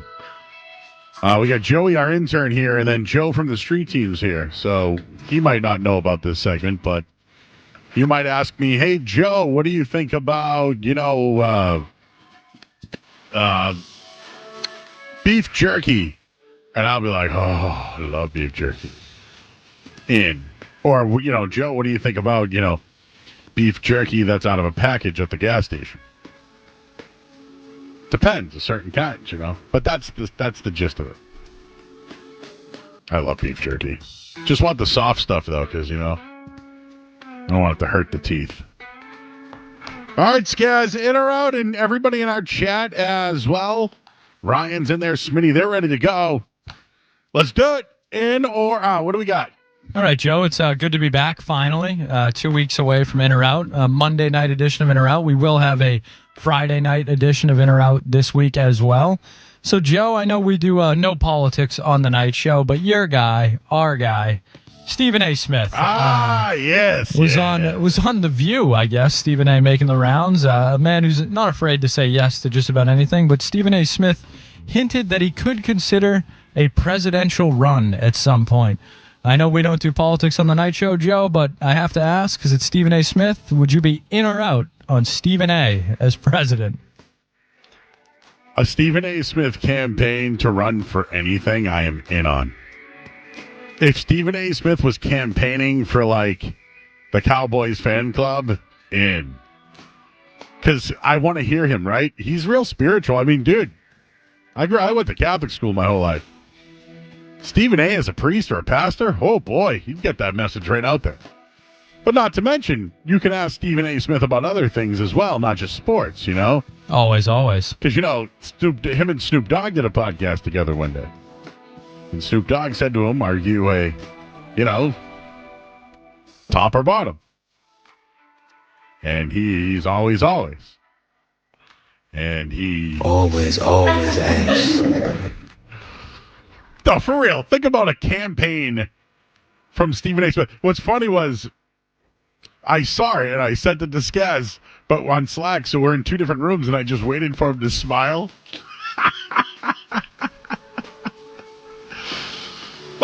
like The Rock has considered it now, like Stephen A. Who else? Do you think Ray Lewis? Well, I don't know if Ray Lewis could. I take Stephen A. over The Rock. I would take Stephen A. over The Rock, too. Always. But imagine him going, you see, here, I grew up playing basketball in New York. And then I covered Allen Iverson. The bigger question would be, who would be Stephen A. Smith's VP? That's without Stephen A. and Skip Ticket. Could we reunite them? Pootie? What's his who would be Stephen A.'s running mate? Oh, God, that's a good one. Oh, my God, that's such a good question. Wouldn't be Windhorst, right? Stephen A. and Shannon Sharp. Woj. I'd like to see him and Skip get back together. Skip would be funny, but the only problem is if something would happen to Stephen A., I couldn't have Skip running the free world. I'm with you on that one. Snoop Dogg. That's funny. Who would be Stephen A.'s running mate? All right, what else we got? In on that, though. In. All right, Joe, it is rumors season. Every day on Twitter, you'll get your constant feed of Patriots, Celtics, and Bruins news, and then you will get Tyler Milliken and Jared Carrabis, who just can't help themselves, tweeting out Red Sox rumors nonstop, whether it's Juan Soto, Garrett Crochet, you name it, the Red Sox are quote-unquote interested yet again. So, Joe Murray, are you in or out on Red Sox rumors? Out. I started the Slack channel for us so we can just go over all the rumors that we see. And there are a lot of them. I know. Who's the new Japanese pitcher today I saw? You think they're really in on this guy? Nope. Look at all these rumors surrounding me every day. No, I'm out on Red Sox rumors. You know what? I don't want to know. Just sign somebody. I'll believe the rumors when there's ink to paper. I want, like, the jersey signing. You know what I mean? Where they, like, here's... You want the press conference. Yeah, I want the press conference. We get Chris Humphreys up there with Keith Bogans. That was the sad press conference. Yes, yeah. I worked that night here on the night show. And that was sad, dude. That was a sad press conference. Do you know that they sent Keith Bogans home for the year because they needed to sit on his $5 million? You go enjoy your time off, Keith. And then they traded. They ended up getting a first-round pick for that dude Thornton that they got from Sacramento. Like, Danny Ainge, I know. But Brad has done significantly more bigger moves, but out on Red Sox stuff until it happens. All right, it wouldn't be an in or out if we didn't have a couple food questions in here. So we'll head to Vegas for this one, Joe. Mm-hmm. Are you familiar with the Cake Boss? Yeah, Buddy. Buddy, okay, so you are familiar with Buddy from New York. All right, well, Buddy the Cake Boss has a new product. He is starting in Vegas. It is pizza vending machines. You can get a whole pizza right out of the vending machine. Joe Murray, are you in or out on pizza vending machines? In. Okay, all right. So, every Friday I'm at the Garden, okay? There's a wonderful, and actually they're a sponsor, Star Market, a beautiful Star Market right there, right next to Banners right there. Well, when I went in there today, I wanted a slice to go. Do you know what they had? Pizza Regina. Regina slices to go. And it was in this little, heated bin that you can just grab and go, kind of like at Market Basket. But if I could just put, slide my card and get a slice of pizza, in. You know what else they do at the Star Mart? They put the time that it was put out there. What happens if it's a slow day? Does the pizza get replaced, or has it been in there all day? I one time did this with Bird and his buddy Dude. You ever heard of Dude and Bird? They actually did a podcast. I do believe I remember some clips from the Dude and Bird podcast. That dude knows all about vending machines way more than I do. We used to have a vending machine at our old building. In There's Brighton. one here. There's a soda vending machine here. No, I'm out on that. Yeah, other side of the building. I don't do soda anymore. But yeah, they had Pop-Tarts and what were those bullseyes? Bullseye candies. The Big Texas in there, the honey bun. They had that. That's a classic. Yeah, they had that in there too. I'm a big Pop-Tart guy out of a vending machine though. Do you eat Pop-Tarts hot or raw? It depends on the type of Pop-Tart, Joe. Brown sugar cinnamon, put that in the toaster for a little bit. That's great. I know some people that freeze Pop-Tarts or put them in the fridge. I don't know if I can get behind that. All right. I will tell you this. I just got a text from a friend of mine who is sitting with our big boss, the Menace family, and they love the show. Love it. Love to hear it. So they are in. They are in on the In or Out, the night show. So thank you for passing that message along, sir. And Atomic Coffee is great if you've ever had it. Keep going. What else we got tonight? All right, Joe, we'll head to the world of music for our next two. Joe, later this week, Thursday, November 14th, we will be getting a collab. Pitbull and Bon Jovi will be releasing an upcoming collaboration called Now or Never. Joe Murray, are you in or out on a Pitbull and John Bon Jovi collaboration? What? Really? This is it. I'm looking at it right now. It's My Life? It's called Now or Never. A Pitbull and John Bon Jovi collaboration releases this Thursday. I bet you we'll be playing it Friday night. Good or bad? Oh, my God. This has a chance to be really bad. But I'm in.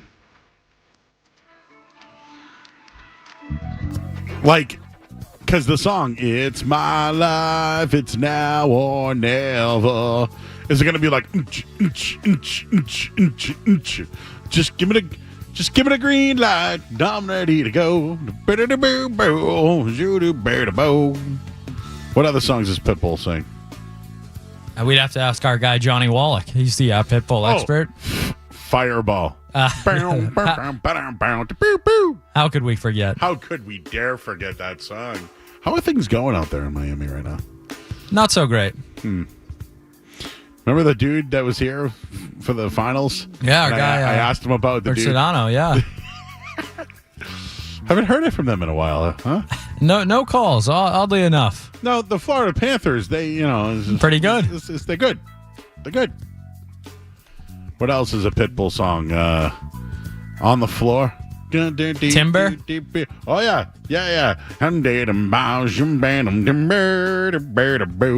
But, like, how do you mix Bon Jovi in there now? We're going to find out on Thursday. Lay you down in a bed of roses.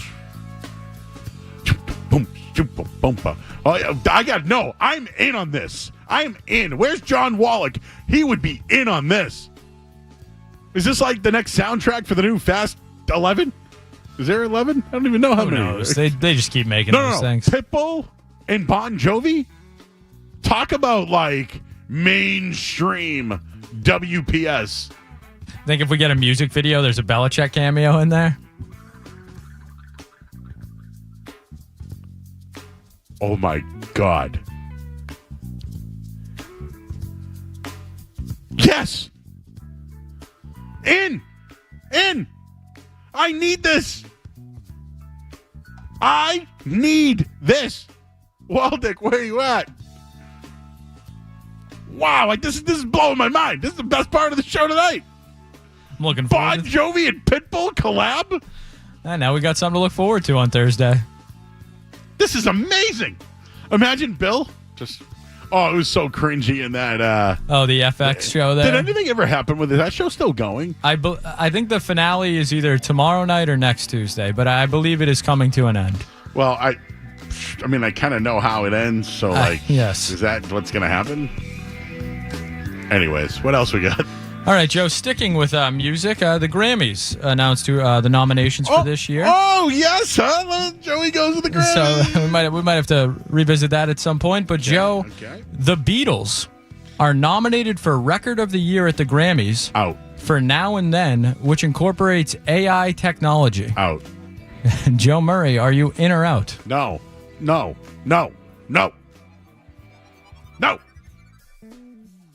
Like if it was a dog, I'd put the pull cup. No. I don't want AI being up for awards.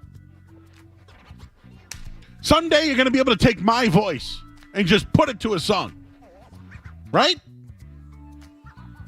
Like, what do you think Ozzy Osbourne's doing these days? You think he's still putting out music? He can barely form a sentence. But you know what? I bet you there's Ozzy AI. Did you hear the Nirvana AI? It sounds just like Kurt Cobain. It freaked me out. Out. No. I don't want AI being up for Grammy. Why does the Beatles need to be redone? Why? Supposedly the greatest band of all time. I've already told you this. I think John Lennon's the most overrated Beatle of all time, but whatever. You're going to upset some people, I don't Joe. care. I hope Chachi's not listening. I am a George Harrison all the way #1 Beatle, and I love Ringo. People crap all over Ringo. He did pretty damn well himself. He's still going, damn it. And Paul, he's a legend. Paul. My whole thing is, remember when Chris Farley interviewed him? That would be me. So, man, remember that time in the Beatles, man? Joe Murray, you should make a cheesesteak wrap. Okay. Beatles are overrated, says Christopher. What else we got? All right, Joe, into the world of the movies for this one. We have a new movie called Chili Finger, Joe. And this movie stars Judy Greer, Sean Astin, Bryan Cranston, and John Goodman. The film follows a mother who discovers a human finger in her bowl of fast food chili. Is this a true story? And begins to blackmail the restaurant. It's a true story. I know it is. I'm not aware if it is, but Joe Murray, are you in or out on the Chili Finger movie? I sat with Jeremy yesterday because I talked to you about this. You mentioned about how the Elks clubs do they'll sell they'll have Borson night or a meat raffle or something. But they'll have deer meat night. Oh yeah, game night. No, out. After watching The Last of Us, I don't want to eat anything in a public group setting like that anymore. So you're not interested in the Chili Finger movie? Whose finger was it? Remember in The Departed, he had a whole hand? He's like, what can I do? What can I use you for? He's like, I got this rat. Oh, this microphone smells. I got to get my bets in. You know what? Bryan Cranston's in it, right? And John Goodman. That should be pretty good. Sean Astin, also good. Well, you got a little Lord of the Ring Rudy there. I liked him in 50 First Dates when he was like on steroids. He's always trying to protect his sister. Wearing the mesh tank top there. And the guy that's always like, ha, ha, ha, where it's like his... No, yeah, he's the From guy. The Water Boy. Yeah, the Water Boy that guy. plays your dad. That guy's great. Always liked Adam Sandler. All right, fine, I'm in. I'd watch that. I'm a Bryan Cranston guy. I love him. He's been my guy for a long time. Anything else? All right, Joe, we'll wrap up with this one tonight. Jimmy John's has announced that they will be they will be selling pickle bun sandwiches. So they normal subs, but with pickles as the buns. Joe Murray, are you in or out on pickle bun sandwiches?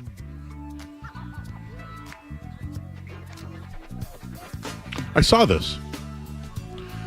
You know what, Skaz? I'm in, but like, do I want it every time? No. Like, if you were like, hey, Joe, I got you a pickleback, try it out. Like, I'd eat it. I'm in. But like, do I prefer the bread? Yes. Would I prefer a wrap? Yes. You know? You ever notice now, like, people are using like lettuce wraps, like Oh, yeah. So is this like a pickle wrap now, or is it? It looks like just two pickles cut like pieces of bread. Yeah, like shaved down pickles. Yeah, I do that. And fine, I'm in. Give me one more. We can't leave on that note. All right, Joe, we'll head back to the movies then.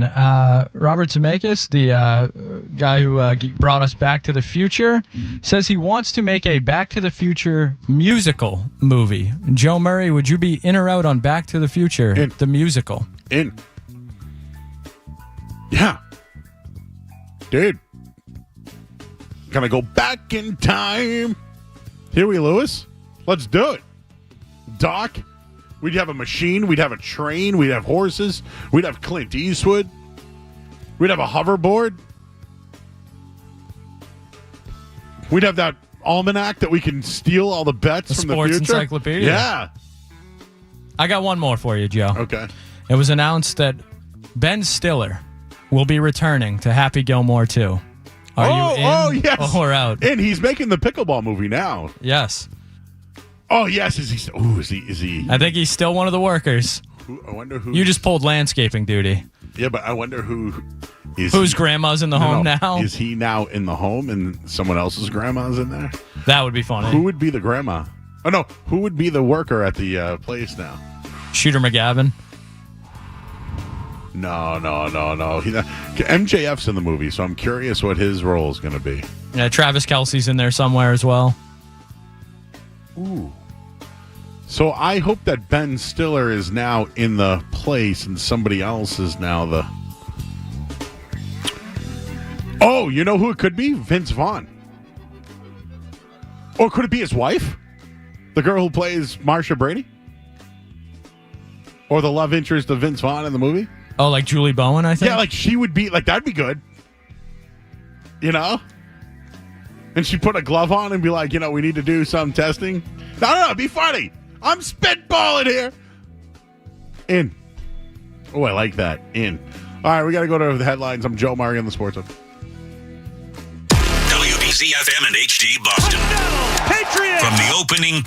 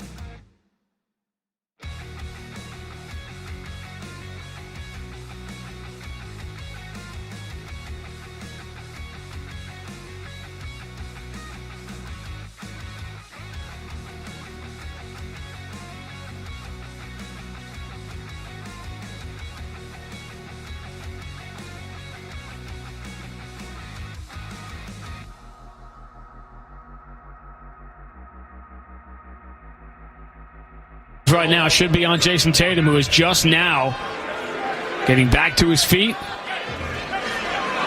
Reaching down to his left ankle. Giannis closed out on him when he was shooting the three. And Tatum is putting weight on it, but he's going to come out of the game. Wow.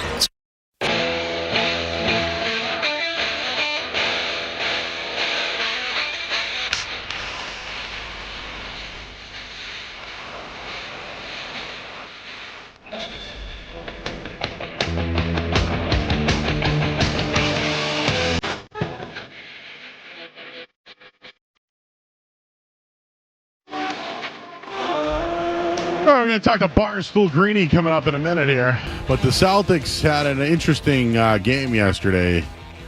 Giannis looks like a child. Giannis, Bucks. They stink. Celtics are good. I think it's over for Doc Rivers. If I was Doc Rivers, I always talk about vacation scads with the little drink with the umbrella. If I was Doc Rivers, I think it's time for him to go to Little Drink Umbrella Island. He's made a lot of money. He's won a championship. Unfortunately, Doc Rivers no longer needs to exist at an NBA basketball level. That's not, I like him. He's won a championship here. I do respect Doc Rivers. I really do. I respect him. I do. I think he went through a rebuild in Boston and won a championship with a great group. Since then, he's been nothing but a letdown. And that's just the fact of it all. He made a lot of money. But I would go to Umbrella Island. Again, when I think about life and what I want to do and I'm no longer doing this, I just want that drink with the umbrella on a beach with a cabana. We'll ask Barstool Greeny all about that coming up next here on the Sports Hub. Don't go anywhere. There's more Joe Murray. On the way on 98.5 The Sports Hub. Feel the warmth and love this season during Audi Natick's Fill the Trunk event. Bring any canned food or non-perishable item to Bernardi and get $10 off an oil change. Happy holidays from Bernardi. And they're off. The race for small business loans is underway. Out of the gate, it's Monster Bank, followed by Nickel and Dime Bank. Nickel and Dime is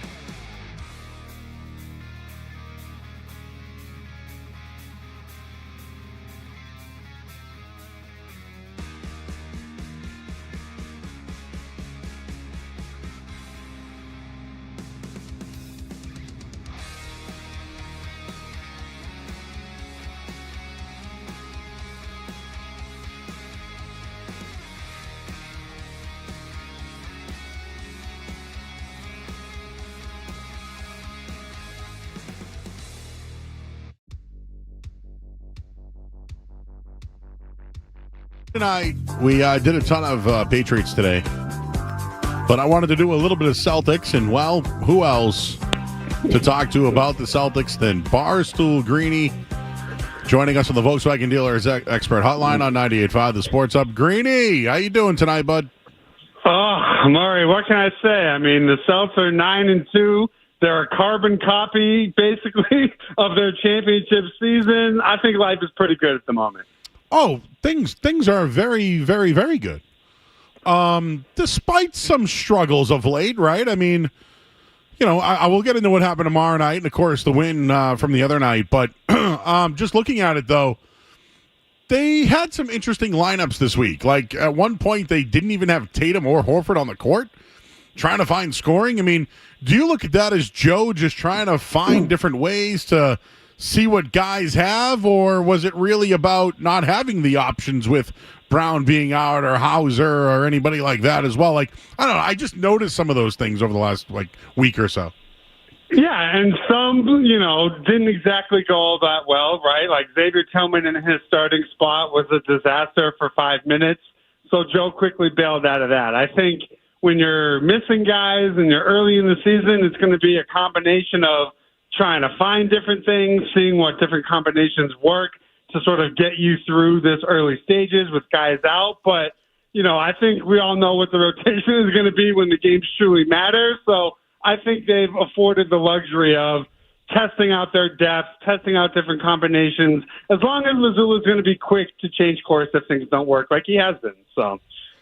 Yeah. All right. So let's talk through it. The Warriors game. Just going back to that, I respect what the Warriors did. They had a game plan. They wanted to double team Jason Tatum. At times, I thought he tried to split the doubles. The realistic thing for me in that one was he did pass it a ton, and guys just missed shots.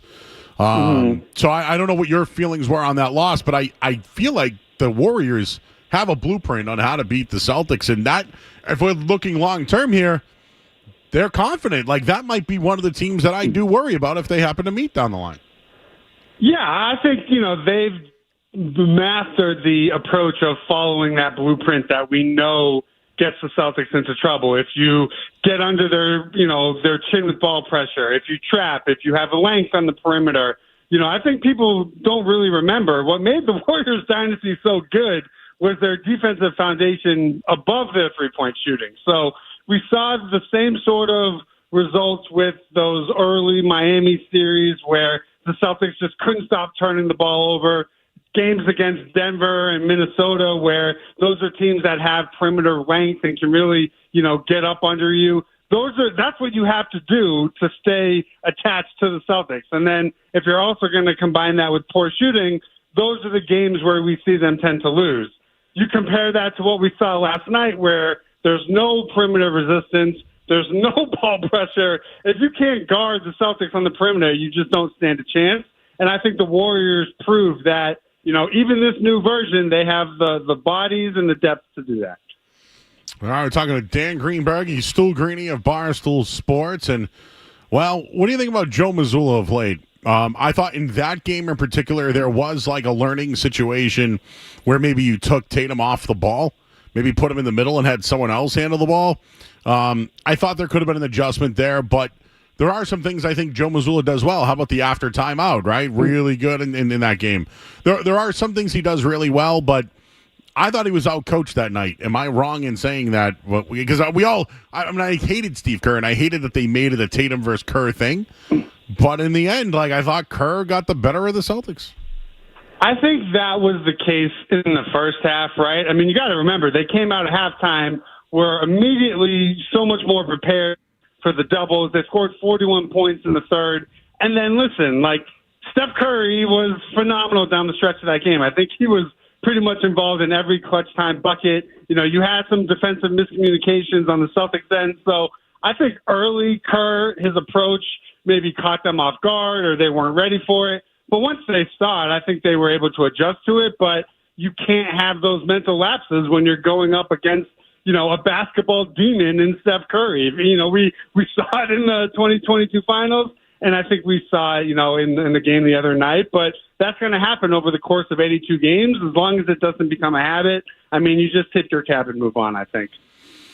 All right, and then the Nets game. I mean, it's like they just showed up and were like, we'll beat these guys, and they did. But, I feel like they're that good that they can do that. And then Jaylen Brown came back this week. Are you concerned about his hip injury? I wasn't yesterday, at least, but is this something you think could be long-term?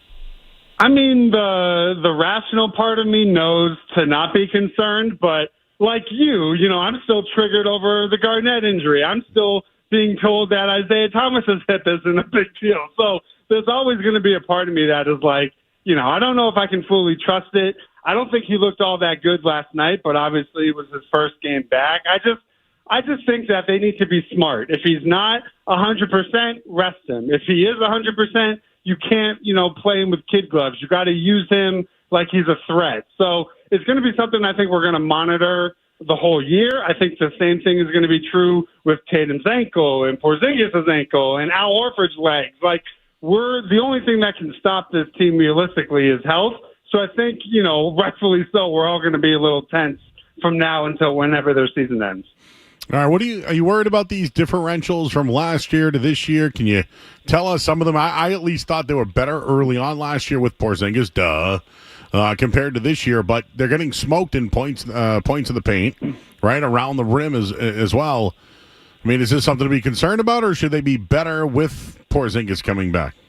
I mean, I think their rim protection will certainly be better. I mean, their scoring margin was the sixth best scoring differential of all time last year. Their number is essentially the exact same this year, and they haven't had Porzingis for a single second. So I think early their defense was non-existent. It was awful. They weren't consistent, and I think it would be fair to say we've really only seen them play 48 minutes of elite defense probably once, and that was like in the opener. So those things are trending in the right direction over these last handful of games. I think as they start to ramp up and sort of settle in as a team, they'll still be a top 5 defense. And like I said, their scoring differential was 6th all-time last year, and the number is virtually identical this year, and they're just getting started. So as long as they can show up defensively, I think you're in for, quite a treat for the next 5+ months.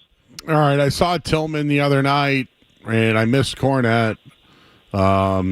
It's just, is Tillman just, what's he here for? Like, what is Tillman's use on the team? Just an emergency big man? I mean, when you have wide open threes, I just at least hit the rim. You know what I mean? Like, Yeah, I think he's your reserve depth big. I think Keita has, earned his right to be a regular rotation depth piece.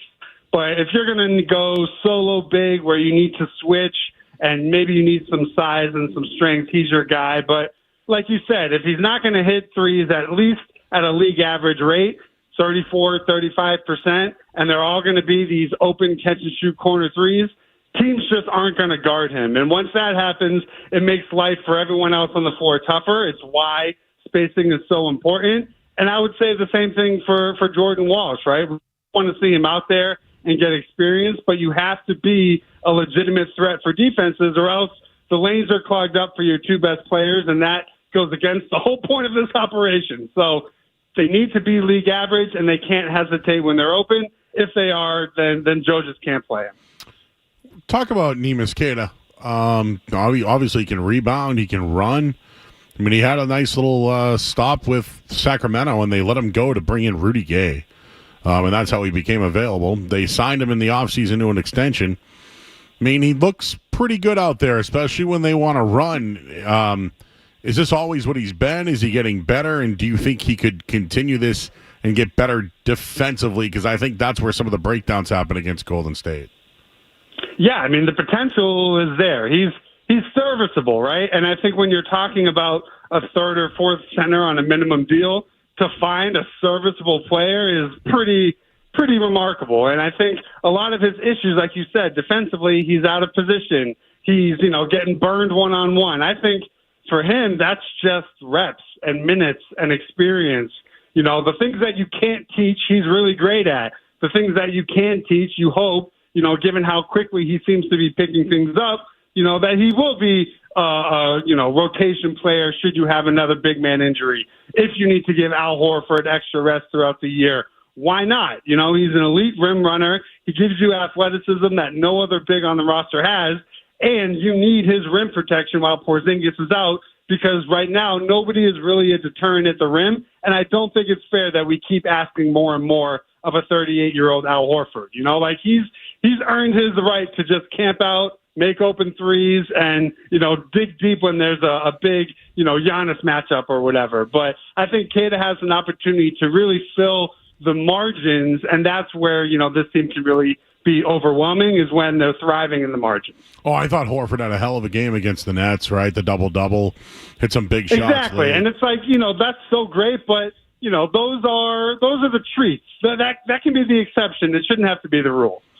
All right, talking with Barstool Greeny. What do you think of this NBA Cup here, and have you seen the floor that the Celtics will be trotting out? I have, and honestly, you know, I know people are anti, you know, new courts and things like that. I think if we all just accept that it's going to be brutal, this is still an improvement over what last year's court is. I don't know if that's a good thing or what, but to me, I'm watching all the games anyways. I don't think there's more juice tomorrow night because it's an NBA Cup game. I think there's juice in it because you need to continue to get off to a good start as long as the Cavs are rolling. So, you know, for me, I want them to take the game seriously because it means something, not just because it's the NBA Cup and the league wants us to care about something that nobody probably cares about at the moment. Yeah, like tomorrow, Trae Young isn't. But I wonder if we see Jason Tatum tomorrow night or Al Horford tomorrow night, if the Hawks' whole team's going to be out.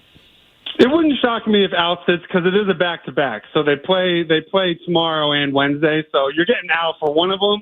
Tatum, we know you have to cut his leg off, you know, for him to miss a game, especially, you know, a big game like this. So I would bet that he's playing. All right, what'd you think of what happened yesterday? Giannis, Jaylen Brown, even the whole stepping when Tatum took the shot. I feel like Jaylen Brown himself called him a child. How did you feel about it all? Yeah, I mean, I think it's what Jaylen said was warranted, obviously, you know, coming off a play where he's swinging at your head. I think, you know, that pretty much got the right message across. I like how he stood down, and it also didn't surprise me that, you know, his play was an easy flagrant to call. I think that was warranted as well. With Tatum, it's just, I don't know what you have to do. I mean, it's very apparent and very clear that you have to let a guy land. When you don't, it's a flagrant. So for me, my issue is more with the officiating than it is with Giannis, because it happened on two separate times in the third quarter. Neither of them were reviewed for flagrants. It's like, if you want to have this rule to prevent injury, then you have to enforce it when those plays happen. And it just seems like every other NBA player in the league gets that call, yet Tatum can have it twice in the same quarter and neither get looked at is highly suspicious. Yeah. Do you think he's given in there? Like, he at this point knows they're not going to win and he's just kind of mailing it in until maybe they find a trade partner? Do you think there is a team that would trade for him or a good fit or anything? What's going on with Lillard there? I just think you're seeing what happens to aging shorter guards, right? If his three isn't falling and he can't get by you on the perimeter, I mean, he's a complete target on defense. And I think this is why you're seeing how Brad Stevens built this roster of guards that can defend their yard. And if you are a target defensively and your offense leaves you, that's a tough spot to have to pay that guy $60-70 million over the next 3-4 years of season.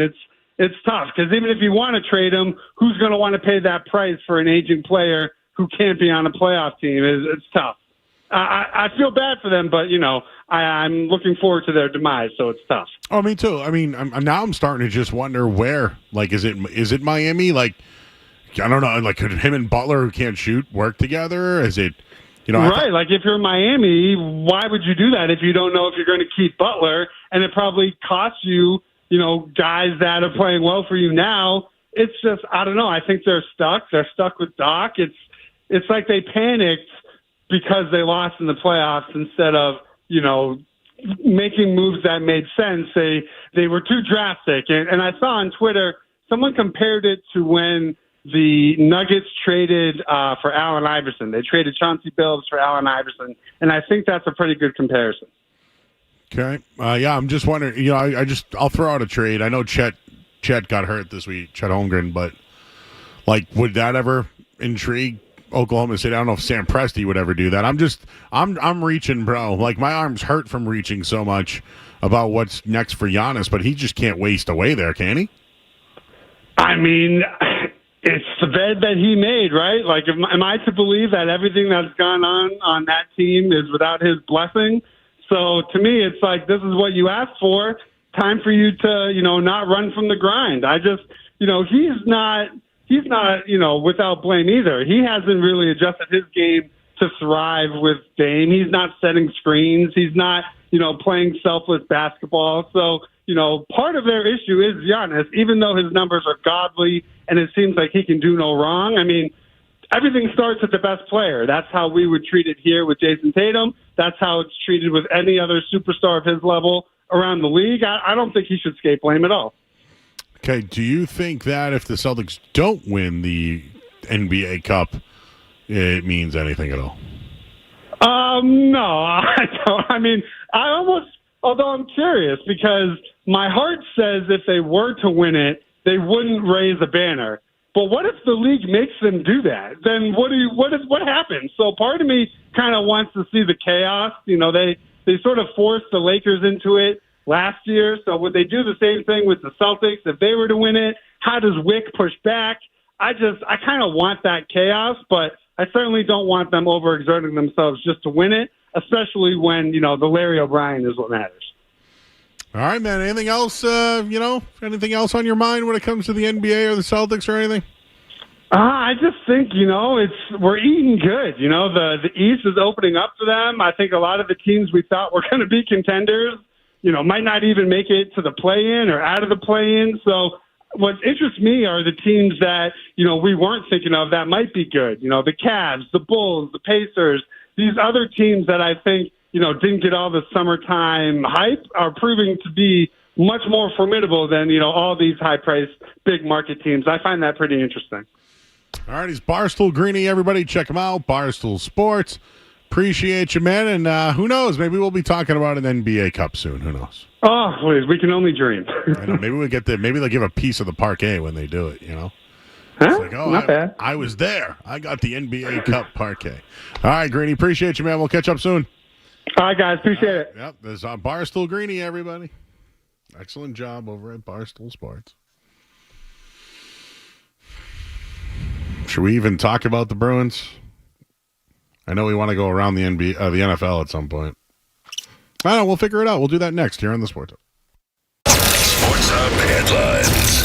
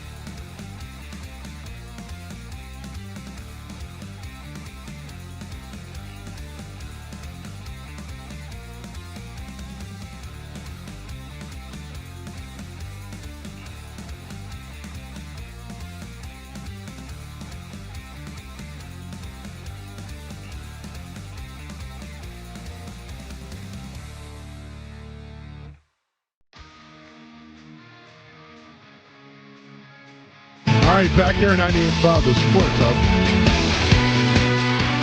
Got Musings coming up in a little bit. But Blair's been holding in Maine. Hello, Blair. You're on the Sports Hub. Hey, how you doing? How you doing? Oh, I'm doing great. Eating some really good cheese, peanut butter crackers. Oh, dude, me too. Yeah. No, you're not. I swear to God, dude, I have the Keebler cheese and peanut butter crackers sandwich crackers. I even have the wrapper to prove it. Well, I don't have it on right now. I did have the it on YouTube, so I could spy on you. You were spying on me, huh? No. But anyways, the Rams, I don't know. If they lose tonight, it wouldn't be, I don't know, because if they lose tonight and then lose their next game, I don't know if they can even make the playoffs. If they lose tonight, it could be iffy too, but if they lose the next game, it won't really help them at all. Because tonight, Tua's back, and they're already up right now in the game, in the early part of the game. And Tua, man, I think he's going to be on fire, and they're going to win, and they're going to win big. Okay. Yeah, what do you think? Well, Tua's already got a touchdown tonight. I know, that's what I'm saying. It's going to be a blowout. Okay, it's 7-0 right now with 2 minutes to go. Rams have the ball moving. Oh, right. Why? Yeah, I don't know. Okay, so you think Tua's going to blow them out tonight, and then next week the Patriots win? I don't know if the Patriots are going to win because the Rams. See, that's the hard thing. I don't know what the Rams are going to do because they won against the Bears, the Rams. So it's just a flip-flop for the Rams. The Rams can lose this week, but the Bears lost this last one, and it's a flip-flop for what the heck the Patriots are going to do because the Patriots are playing terrible, and then all of a sudden they beat the Bears. I mean, you can't really. I can't say nothing because I just don't know what the Patriots are going to look like every week because they're not going to make the playoffs, but they can beat the Bears, and then they won't beat the best team in the NFL. That's for sure. I don't know. Is it the coaching when they don't beat all these good teams or not good teams? Ask me that. I don't know because. Okay, is it the coaching or is it the players? I don't know because let's see next told me year. To ask you. Okay, all right. Yeah, I think it's the players. I think in the end it's the players. Are you sure? I mean, I think so. Yeah, I mean, if they do bad next year, if you have stinky players, you're probably not going to win. If you have good players, but you're probably going to win. What about next year if they do bad? Then what are we going to say? Oh, I can't even think about that. You sure about that? I don't know. Interception, Dolphins, of course. Should have bet the interception. Stafford. I don't know why I missed that one. Pissed.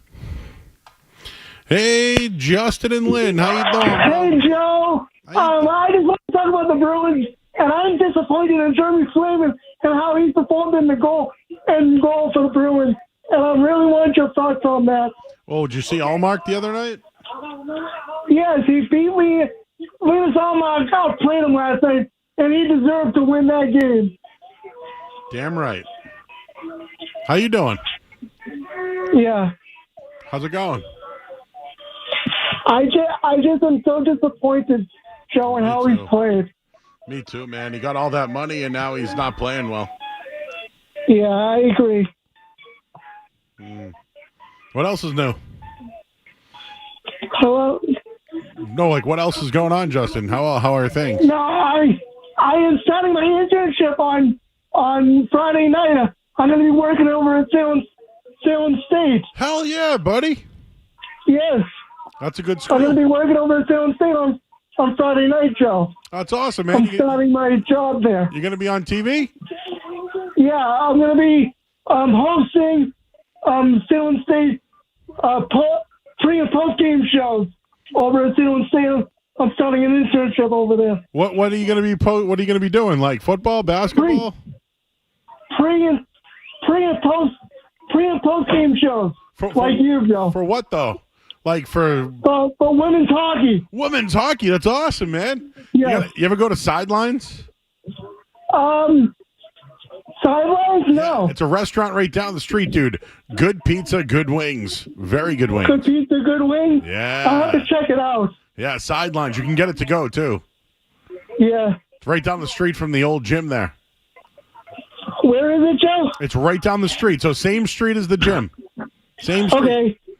About 100 yards down. All right. All right, buddy. Good luck, man. Congrats. All right, good luck, man. All right, bye-bye. We got the Musings. Murray's Musings coming up next here on the Sports Hub. More Joe Murray coming up on the Sports Hub.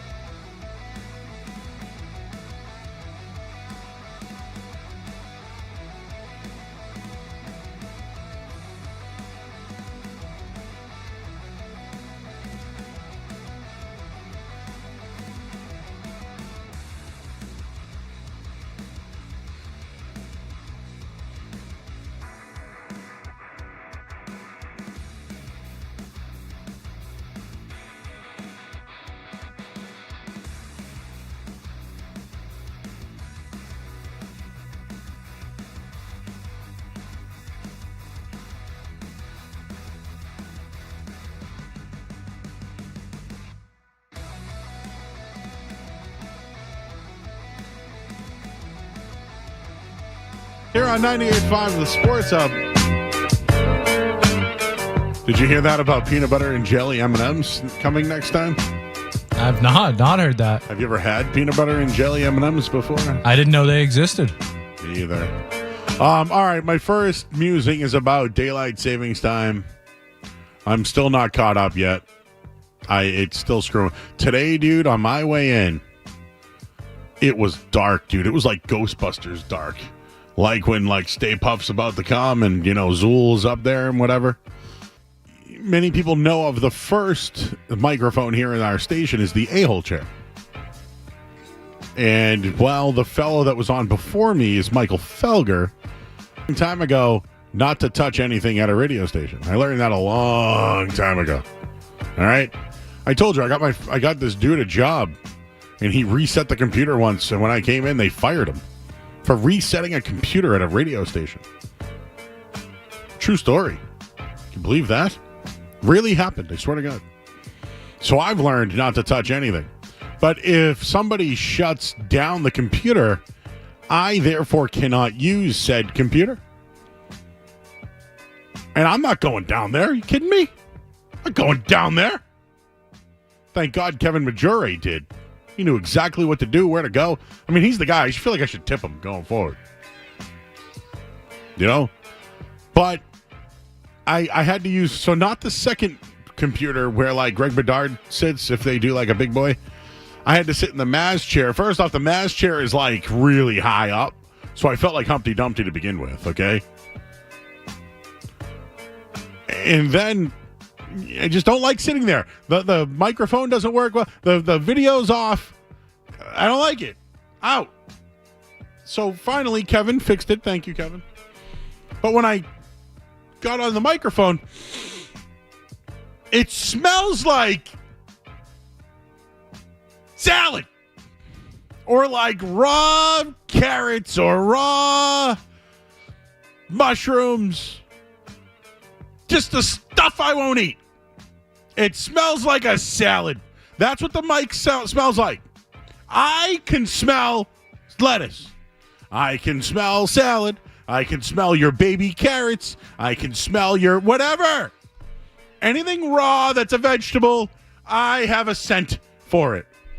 The microphone smelled like salad. Now, I don't smell it anymore. Maybe I'm used to it. Maybe my breath got all over it now. Now it's Joe breath. But I smelled it. And I don't want to smell it. So here's the deal. Wear a mouth. I don't want to.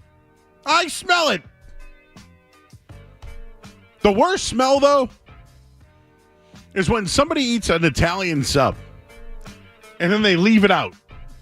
It just stinks. Stinks up the whole room. It smells like under armpits with no deodorant, right? You guys know what I'm talking about, right?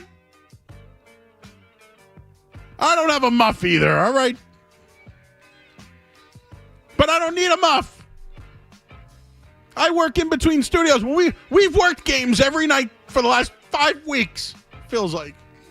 Story about toilet bowls, didn't we? Well, New Orleans Saints head coach, I believe, had an interesting morning before his first game as new head coach of the Saints. Did you see the story? I saw the story. Do we have any audio or anything? I think it's in the system. I'll take a quick peek. I'll pull it back up because all right, you guys know we love talking poop, right? If you can't be comfortable talking poop with somebody, you don't want to mess with them because it's what we do. I'm early in the morning. I go to the bathroom and this is how my day started. I clog the toilet and I'm like, this is going to be a crappy day, pun intended. And so listen, I'm like, okay, this is not really a great start to the day. Here we go. And so, I'm not really feeling like a head coach of an NFL team right now. So I'm like, really? This is really how we're going to start my day? So listen, there was moments during the game, I'm so. That's what I got out of that. So this has.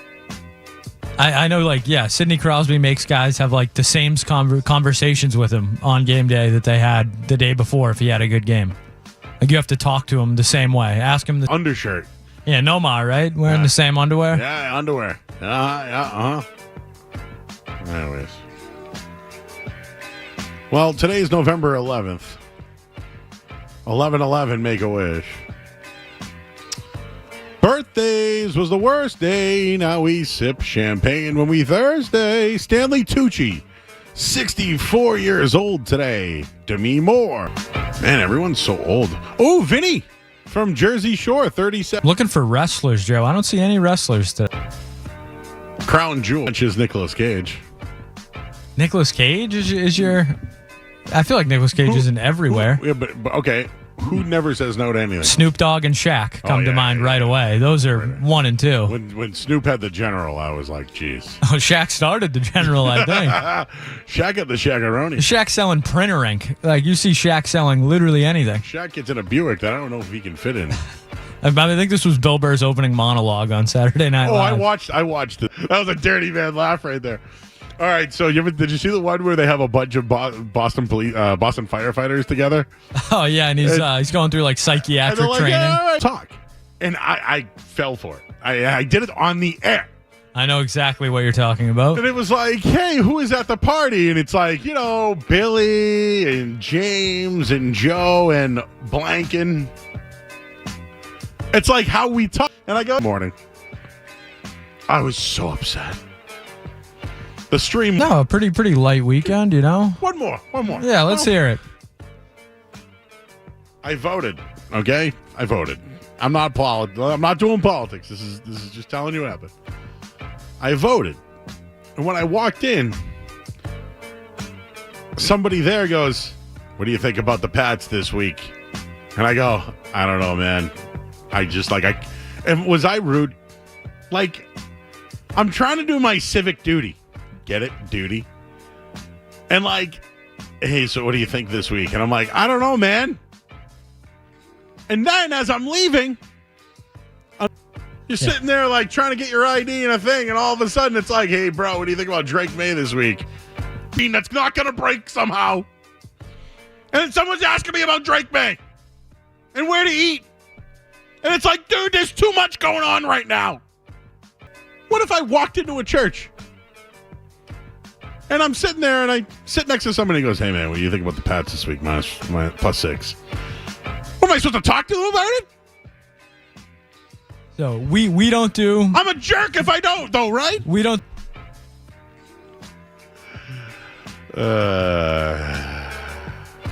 Thank you, Brokerage Babe. See, the Brokerage Babe is always understanding, She's the mother's den. The Lord invented parlays. We got to go to break. We got to get the headline. I'm Joe Murray on the Sports Hub. From the Town Fair Tire Studios, the Patriots. Into the end zone. Touchdown for the Patriots. WBC FM and HD Boston 98.5, the Sports Hub, a Beasley Media Group station. Sports Hub headlines. Dolphins up 10-0 right now in the second quarter. Patriots take on the Rams next week. Bruins go on a 2-game road trip. No Matt Patry's back to Providence. And the Celtics open up the NBA Cup against Atlanta tomorrow. Trae Young out for the Hawks. Headlines are brought to you by South Shore Bank and Beatles Bank, sharing your success and growing your business is what Above and Beyond Banking is all about. Visit SouthShoreBank.com, member FDIC, member DIF, equal housing lender. I'm Joe Murray. Next update soon.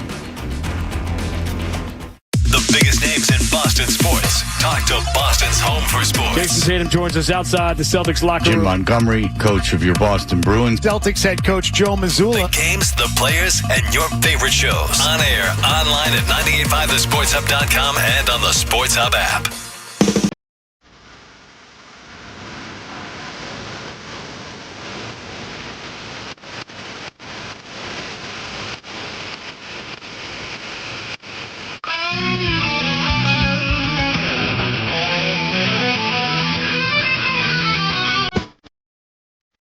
All right, back there 98.5 the Sports Hub. I guess there was a great Wheel of Fortune tonight.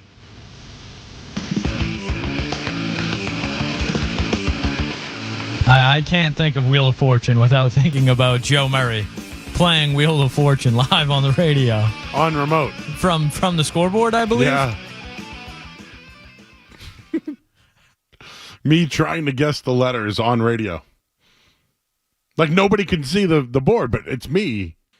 They're not. It wasn't me who lost mine. It was Maz who lost his headphones. Oh, okay. Did he ever find him? Well, yes, actually.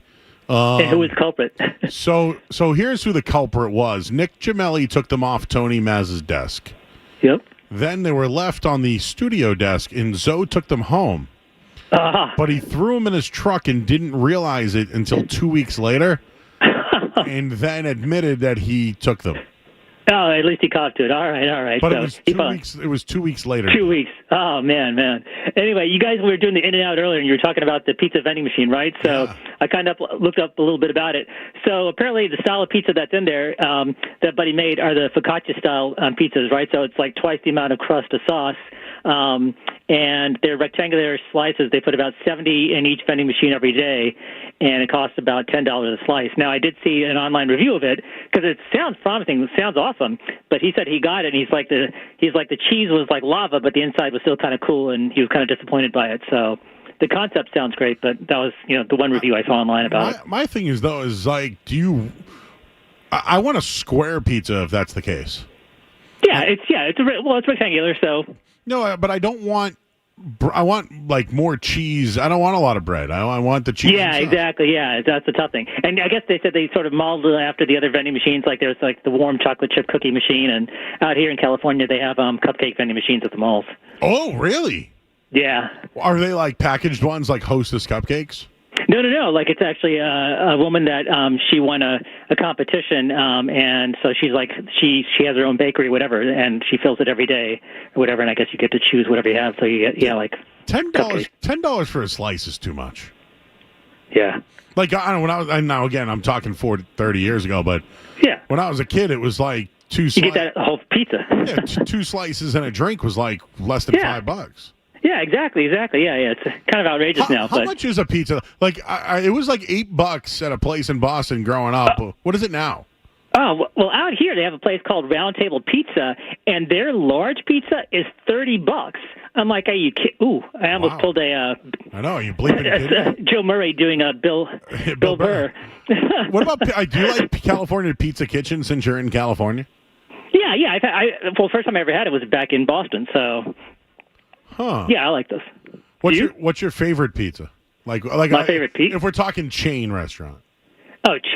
Chain restaurants? I'm a Domino's guy. I like the garlic crust.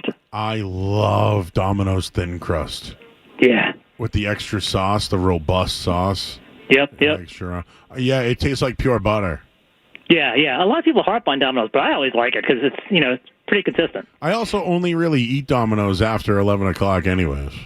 Well, they were one of the people that tend to be open later too, so that's nice. That's right. I'm trying to think. I'm still. Is there Papagino's out there? No, not out here. Yeah, I know that's big out there because when I was living in your neck of the woods, West Roxbury, in Dedham, right, they have the Papagino's out there. Oh yeah, okay, yeah. So you know the pizza joints out there then? Yeah. What was your favorite in the area? Papagino's. So you like Papagino? Yeah, I used to. Well, Pleasant Cafe was my favorite. Oh, yeah, I know Pleasant Cafe, yeah, exactly. I grew up down the street. I still go to Pleasant Cafe to this day. Oh, nice. When I was at BU, we would go to T. Anthony's on Babcock Street. Ooh, what about Connor Larkins, or is that Northeast? Was that right there? Connor Larkins? Why am I... Connor Larkins? No, I don't know. It's by Paradise.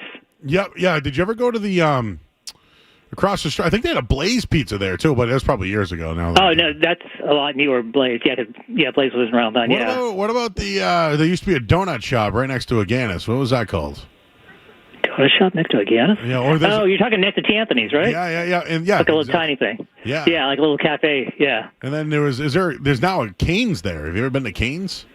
Yeah, I haven't been to Cane's. Yeah, I know that's on the corner. That's where McDonald's used to be, right on the corner of... That McDonald's going to Walter Brown Arena? Yep, exactly. Yep. Out there? Yeah, it's right across from McGannis. Yeah, now it's a Raising Cane's, yeah. They got rid of the football program when I was a senior in high school. Oh, I know. Well, because I went to school there when they had the football program, so it was like they went to the national championship and then lost in the title game. But, yeah, somebody on my floor actually ended up marrying the quarterback then. Wow, that's funny. Yeah. Yeah, it was like one of the football. That's sad that they got rid of their football program. Exactly. A lot of teams, UMass Boston got rid of theirs. A lot of teams just started folding. That's why the smaller schools like Curry and them had a little bit of a run because, people ended up going to the smaller schools. But, yeah, I was sad that they got rid of their football program. Yeah, it was interesting because it was the first time when I came up here, right? Because I grew up down south, right, where football is, God. And so I was always in band, and when I came up to BU, I was kind of disappointed in their band, and then they played UMass, and I saw the UMass band was so big that it actually extended past the football field and onto the track. That's how large they were. I'm like, oh, that's what it's supposed to be like. Yeah. Agganis Arena is now like a hot spot for events. There's a lot going on. Yeah. Well, yeah. Now it's like Walter Brown Arena, right, where they have all the concerts and things like that. Well, yeah, it's right next to it now. They built this whole monstrosity next to it. Yeah, where the Armory used to be. Yeah, man. Wow, all right. You still feeling Boston, even though what part of California are you in? Northern California, yeah. So I came out here. I just planned on visiting here. I came out here right before COVID and planned on leaving right before that, and then COVID hit, and then I ended up sort of getting stuck out here, and I was taking care of my father, so I hadn't been able to go back. So I'm trying to head back. It's been close to 5 years now, but I'm thinking I'm heading up sometime this month, before Thanksgiving or whatever, because it's been too long. Yeah, you ever been to Kowloon? Yeah, Kowloon, love it. All right, Rajiv, thanks for calling, buddy. Hey, all right, take care. Have a good night, man. I would kill for some Saga wings right now, and I would get house fried rice and put the sauce all over it, and then I'd buy crab rangoons and I'd dip them right in it. I'm hungry. This is weird about doing the shows, guys, is that we're doing 4 hours of full talk instead of stopping and going. I didn't eat tonight. Nevin's in Haverhill. Hi, Nevin. Hey, what's going on, guys? I just heard you, Joe, bring up how smelly an Italian sub can get. And I completely agree. Another thing that is just sneaky smelly is a burrito, man. You eat a burrito, even if you wash your hands, you're not getting that stink off you. It just sticks around. Yeah, you know what's funny? The burrito can smell after a while. You're right about that. It has to be like an eaten one, though. It can't just be like a folded burrito, though. Totally. No, if it's sealed up, you're good. But the second that thing gets busted open, I don't know, man. The onions, there's just something. It just doesn't go away. I feel like an Italian sub, though, like it can rot. Like, if you like make chicken, but you throw it away and it's a hot day out, but you never took your trash out, your house smells like that, Oh, yeah. Oh, the rotten Italian sub's way worse than that. That's brutal. One quick thing, too, then I'll let you guys run. But I know the last caller, he just had, that was a great call. Papagino's, you brought him up. Sneaky good steak and cheese over at Papagino's. They have a really good also, steak and cheese. Yep, you're right. Shout out to the rustic pizza. Classic. Oh, love the rustic pizza. You know what Papagino's makes that I love? They make this thing called a Papa Platter. It just comes with like ziti, with raviolis and meatballs, and they give you breadsticks as well. Oh, that's nice. And you know what? Yo, have a good night, guys. All right, thank you. Sorry, I was just keep going with Papagino's talk. But, dude, I don't eat salad, but I got to tell you ever got Caesar dressing from Papagino's? Oh, boy. I love to dip my crust in the Caesar salad dressing. I should just call it Caesar dressing. Do you like Caesar dressings, guys? Yeah, I like. I don't know if it's my favorite, but I like Caesar dressing. What is your favorite dressing? That's a tough one. Maybe like I'm not a big. You're not gonna like this, Joe, but I'm not a big dressing guy. So if you get a salad, no dressing.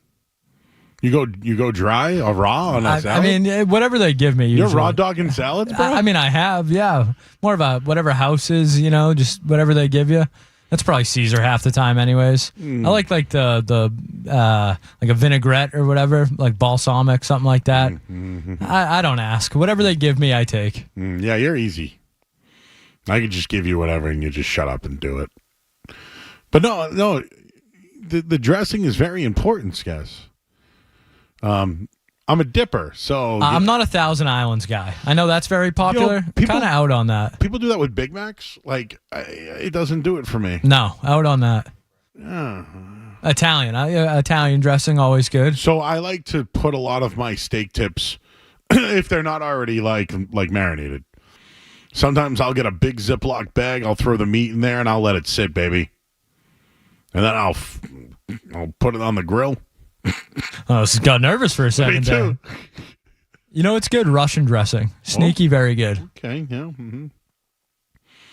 But yeah, if you go to Papagino's, they make these breadsticks. They're like cheesy breadsticks. Forget about the sauce, man. Don't go for the sauce. Go for the Caesar dressing. I'm telling you, it's life-changing there. They make great pizza, Rustic. He's right about that steak and cheese, though. You don't think about getting a steak and cheese sub when you go to Papagino's. Mm-hmm. Solid, man. Remember Adam Vinatieri used to kick field goals for Papagino's? All right, well, we'll get back to the show. I got off track there with food, of course. I'm hungry. Hey, we got a full show tonight. I didn't think we needed to eat. Could make it another half hour, though. We'll take a quick break. I'm Joe Murray on the Sports Hub. Don't go anywhere.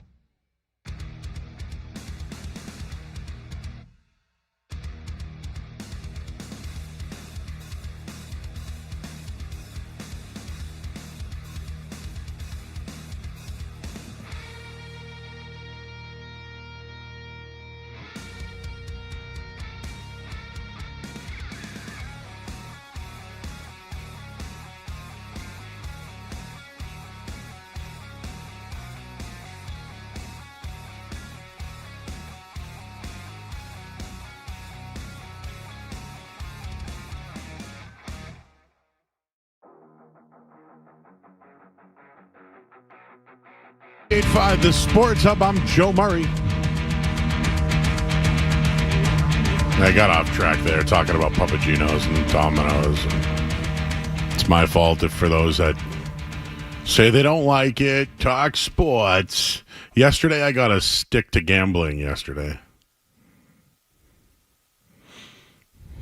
By the way, do you know we swept the table this weekend in college? I saw that, Joe. Swept the table in college. I did have... All right, so the only bet I lost, I had the Titans.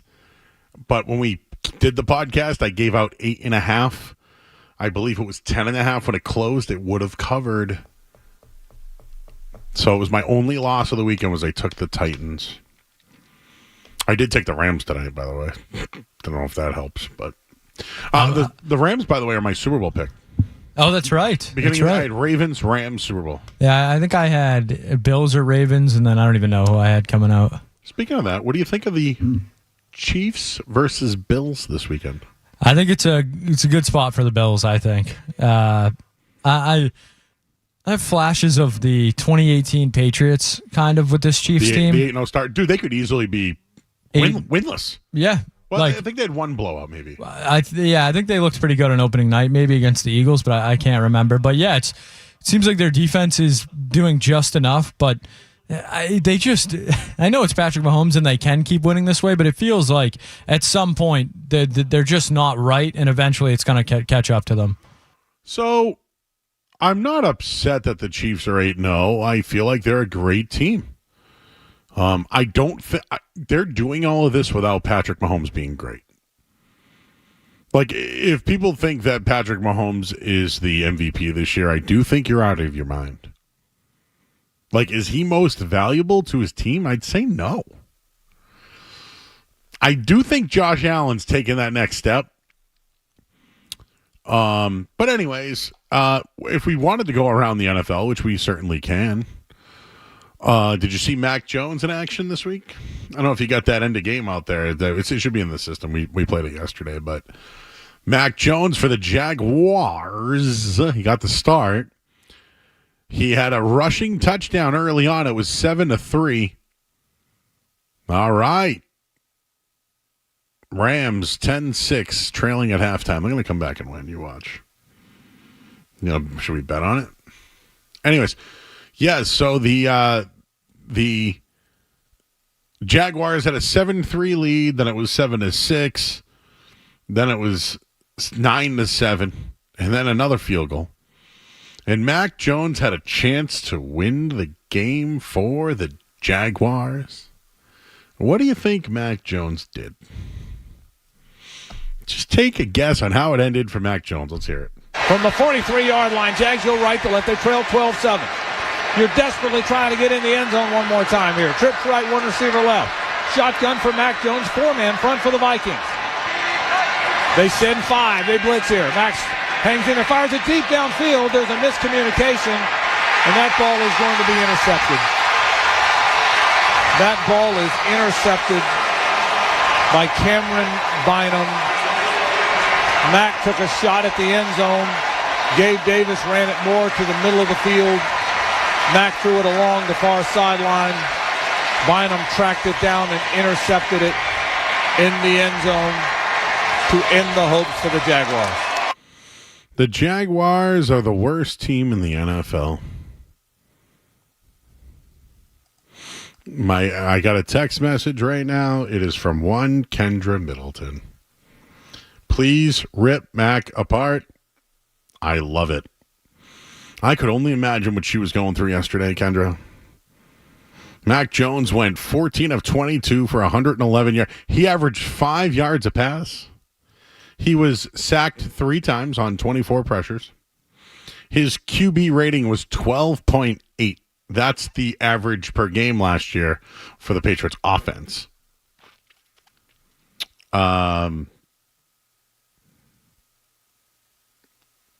So a reporter did ask Doug Peterson about the final play there. What happened there? I think Mac Jones freelanced. Some think he did.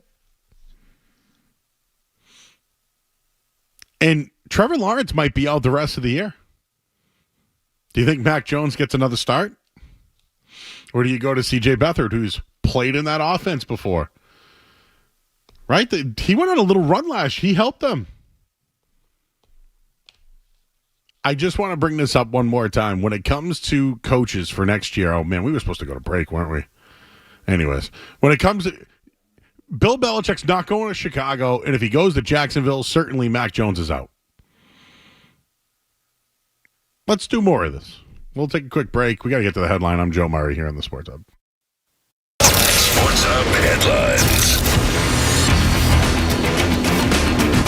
All right, halftime right now. It is the Miami Dolphins 10-6 over the Rams. Rams hoping to win so they can take on the Patriots next week because the Pats won 19-3 over the Bears, so that's their next opponent. Yes. Is Tua coming back second half?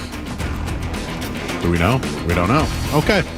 The NBA Cup's tomorrow. The Celtics will host the Atlanta Hawks. They'll be without Trae Young. The Celtics may be without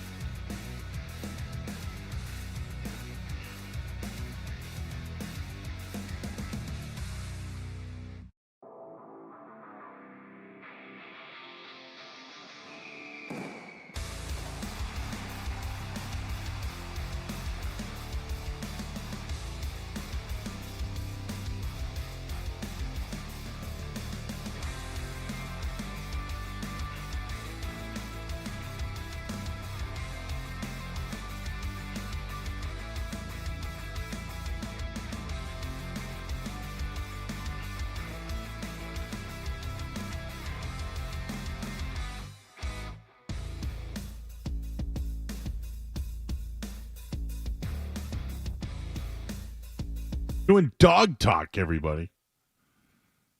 Because I'm sad about Ben. I'm sad about Ben the dog. Who else? Who else? The Grinch dog. Yeah. Street Team Joe just gave us that one. Snoopy? No, Scooby-Doo's probably the most famous. Is that your new name, Street Team Joe? Street Team Joe. STJ. Oh, well. What didn't we talk about tonight? How about a game I asked you about on Friday night, Joe? I was interested in betting on the New York Jets this weekend, and a very wise man told me, do not do that. And that was you. How about the New York Jets situation? Who's in a worse situation? Take the Patriots out of it. The Bears or the Jets? Jets. Because they have no quarterback. The Jets might be in one of the worst scenarios in sports. Like, they're probably going to have to move on from Sauce Gardner or Garrett Wilson. Sauce Gardner not been great this year. What is up with players for the Jets who are good but then fade? I almost remember wonder the if safety who got traded to the Seahawks? Jalen Adams? Jamal Adams. But, like, he's out. Dude, he's barely out of the league, right? He just got released. One of the worst trades in recent memory. But, like, he faded, right? I mean, like, you know, they do well with their defensive linemen, always. Like, you know, they generally go on to other places and do well. But, yeah, you're right. Sauce Gardner's been challenged this year. Between Sauce and Garrett Wilson, they should have built around the two of those guys. Now they're going to lose their whole offensive line. I mean, they'll still have Vera Tucker and guys like that, but they're going to have to trade all these guys just to get back. And all those bum-ass wide receivers they have.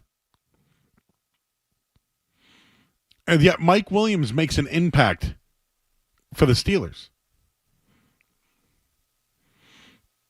I think the Jets are the... who's worse, Jets or Jags? Because the Jags drafted Trevor Lawrence, and now they have... Anybody that re-signed their quarterback failed. Whether it was Daniel Jones, whether it was Trevor Lawrence. We got to take a quick break here. I'm Joe Murray here on 98.5 The Sports Hub. More Joe Murray coming up on the Sports.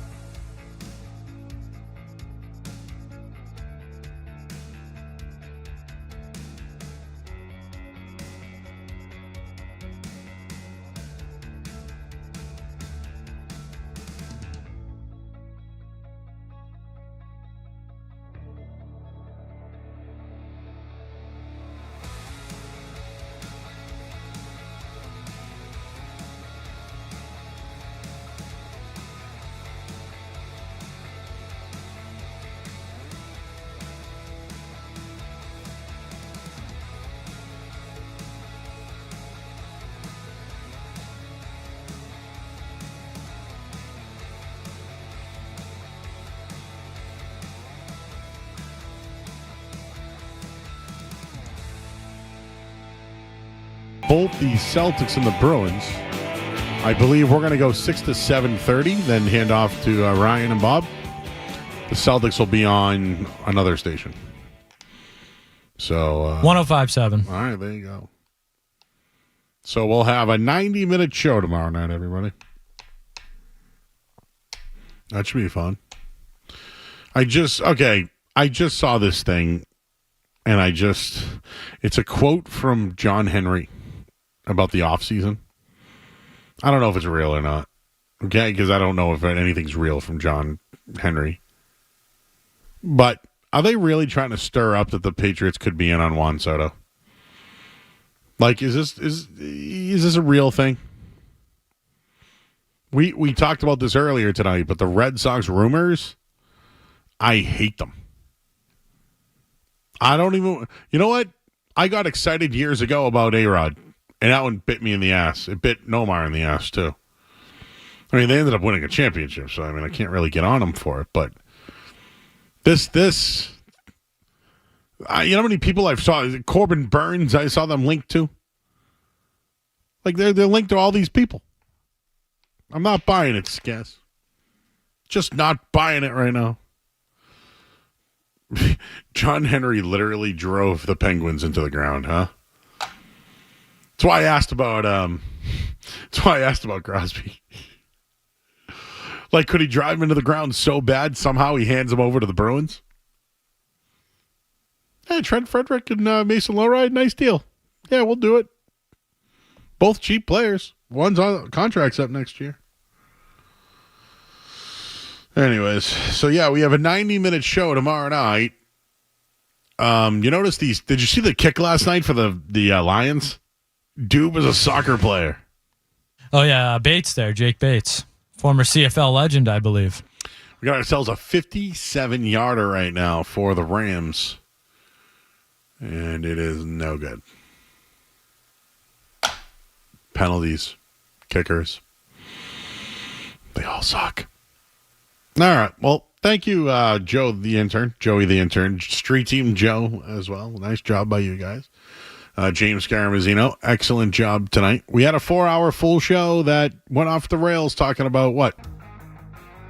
Yeah, smelly Italian subs might have started the conversation. Doesn't smell now, though. I'm not going to get Domino's, I swear.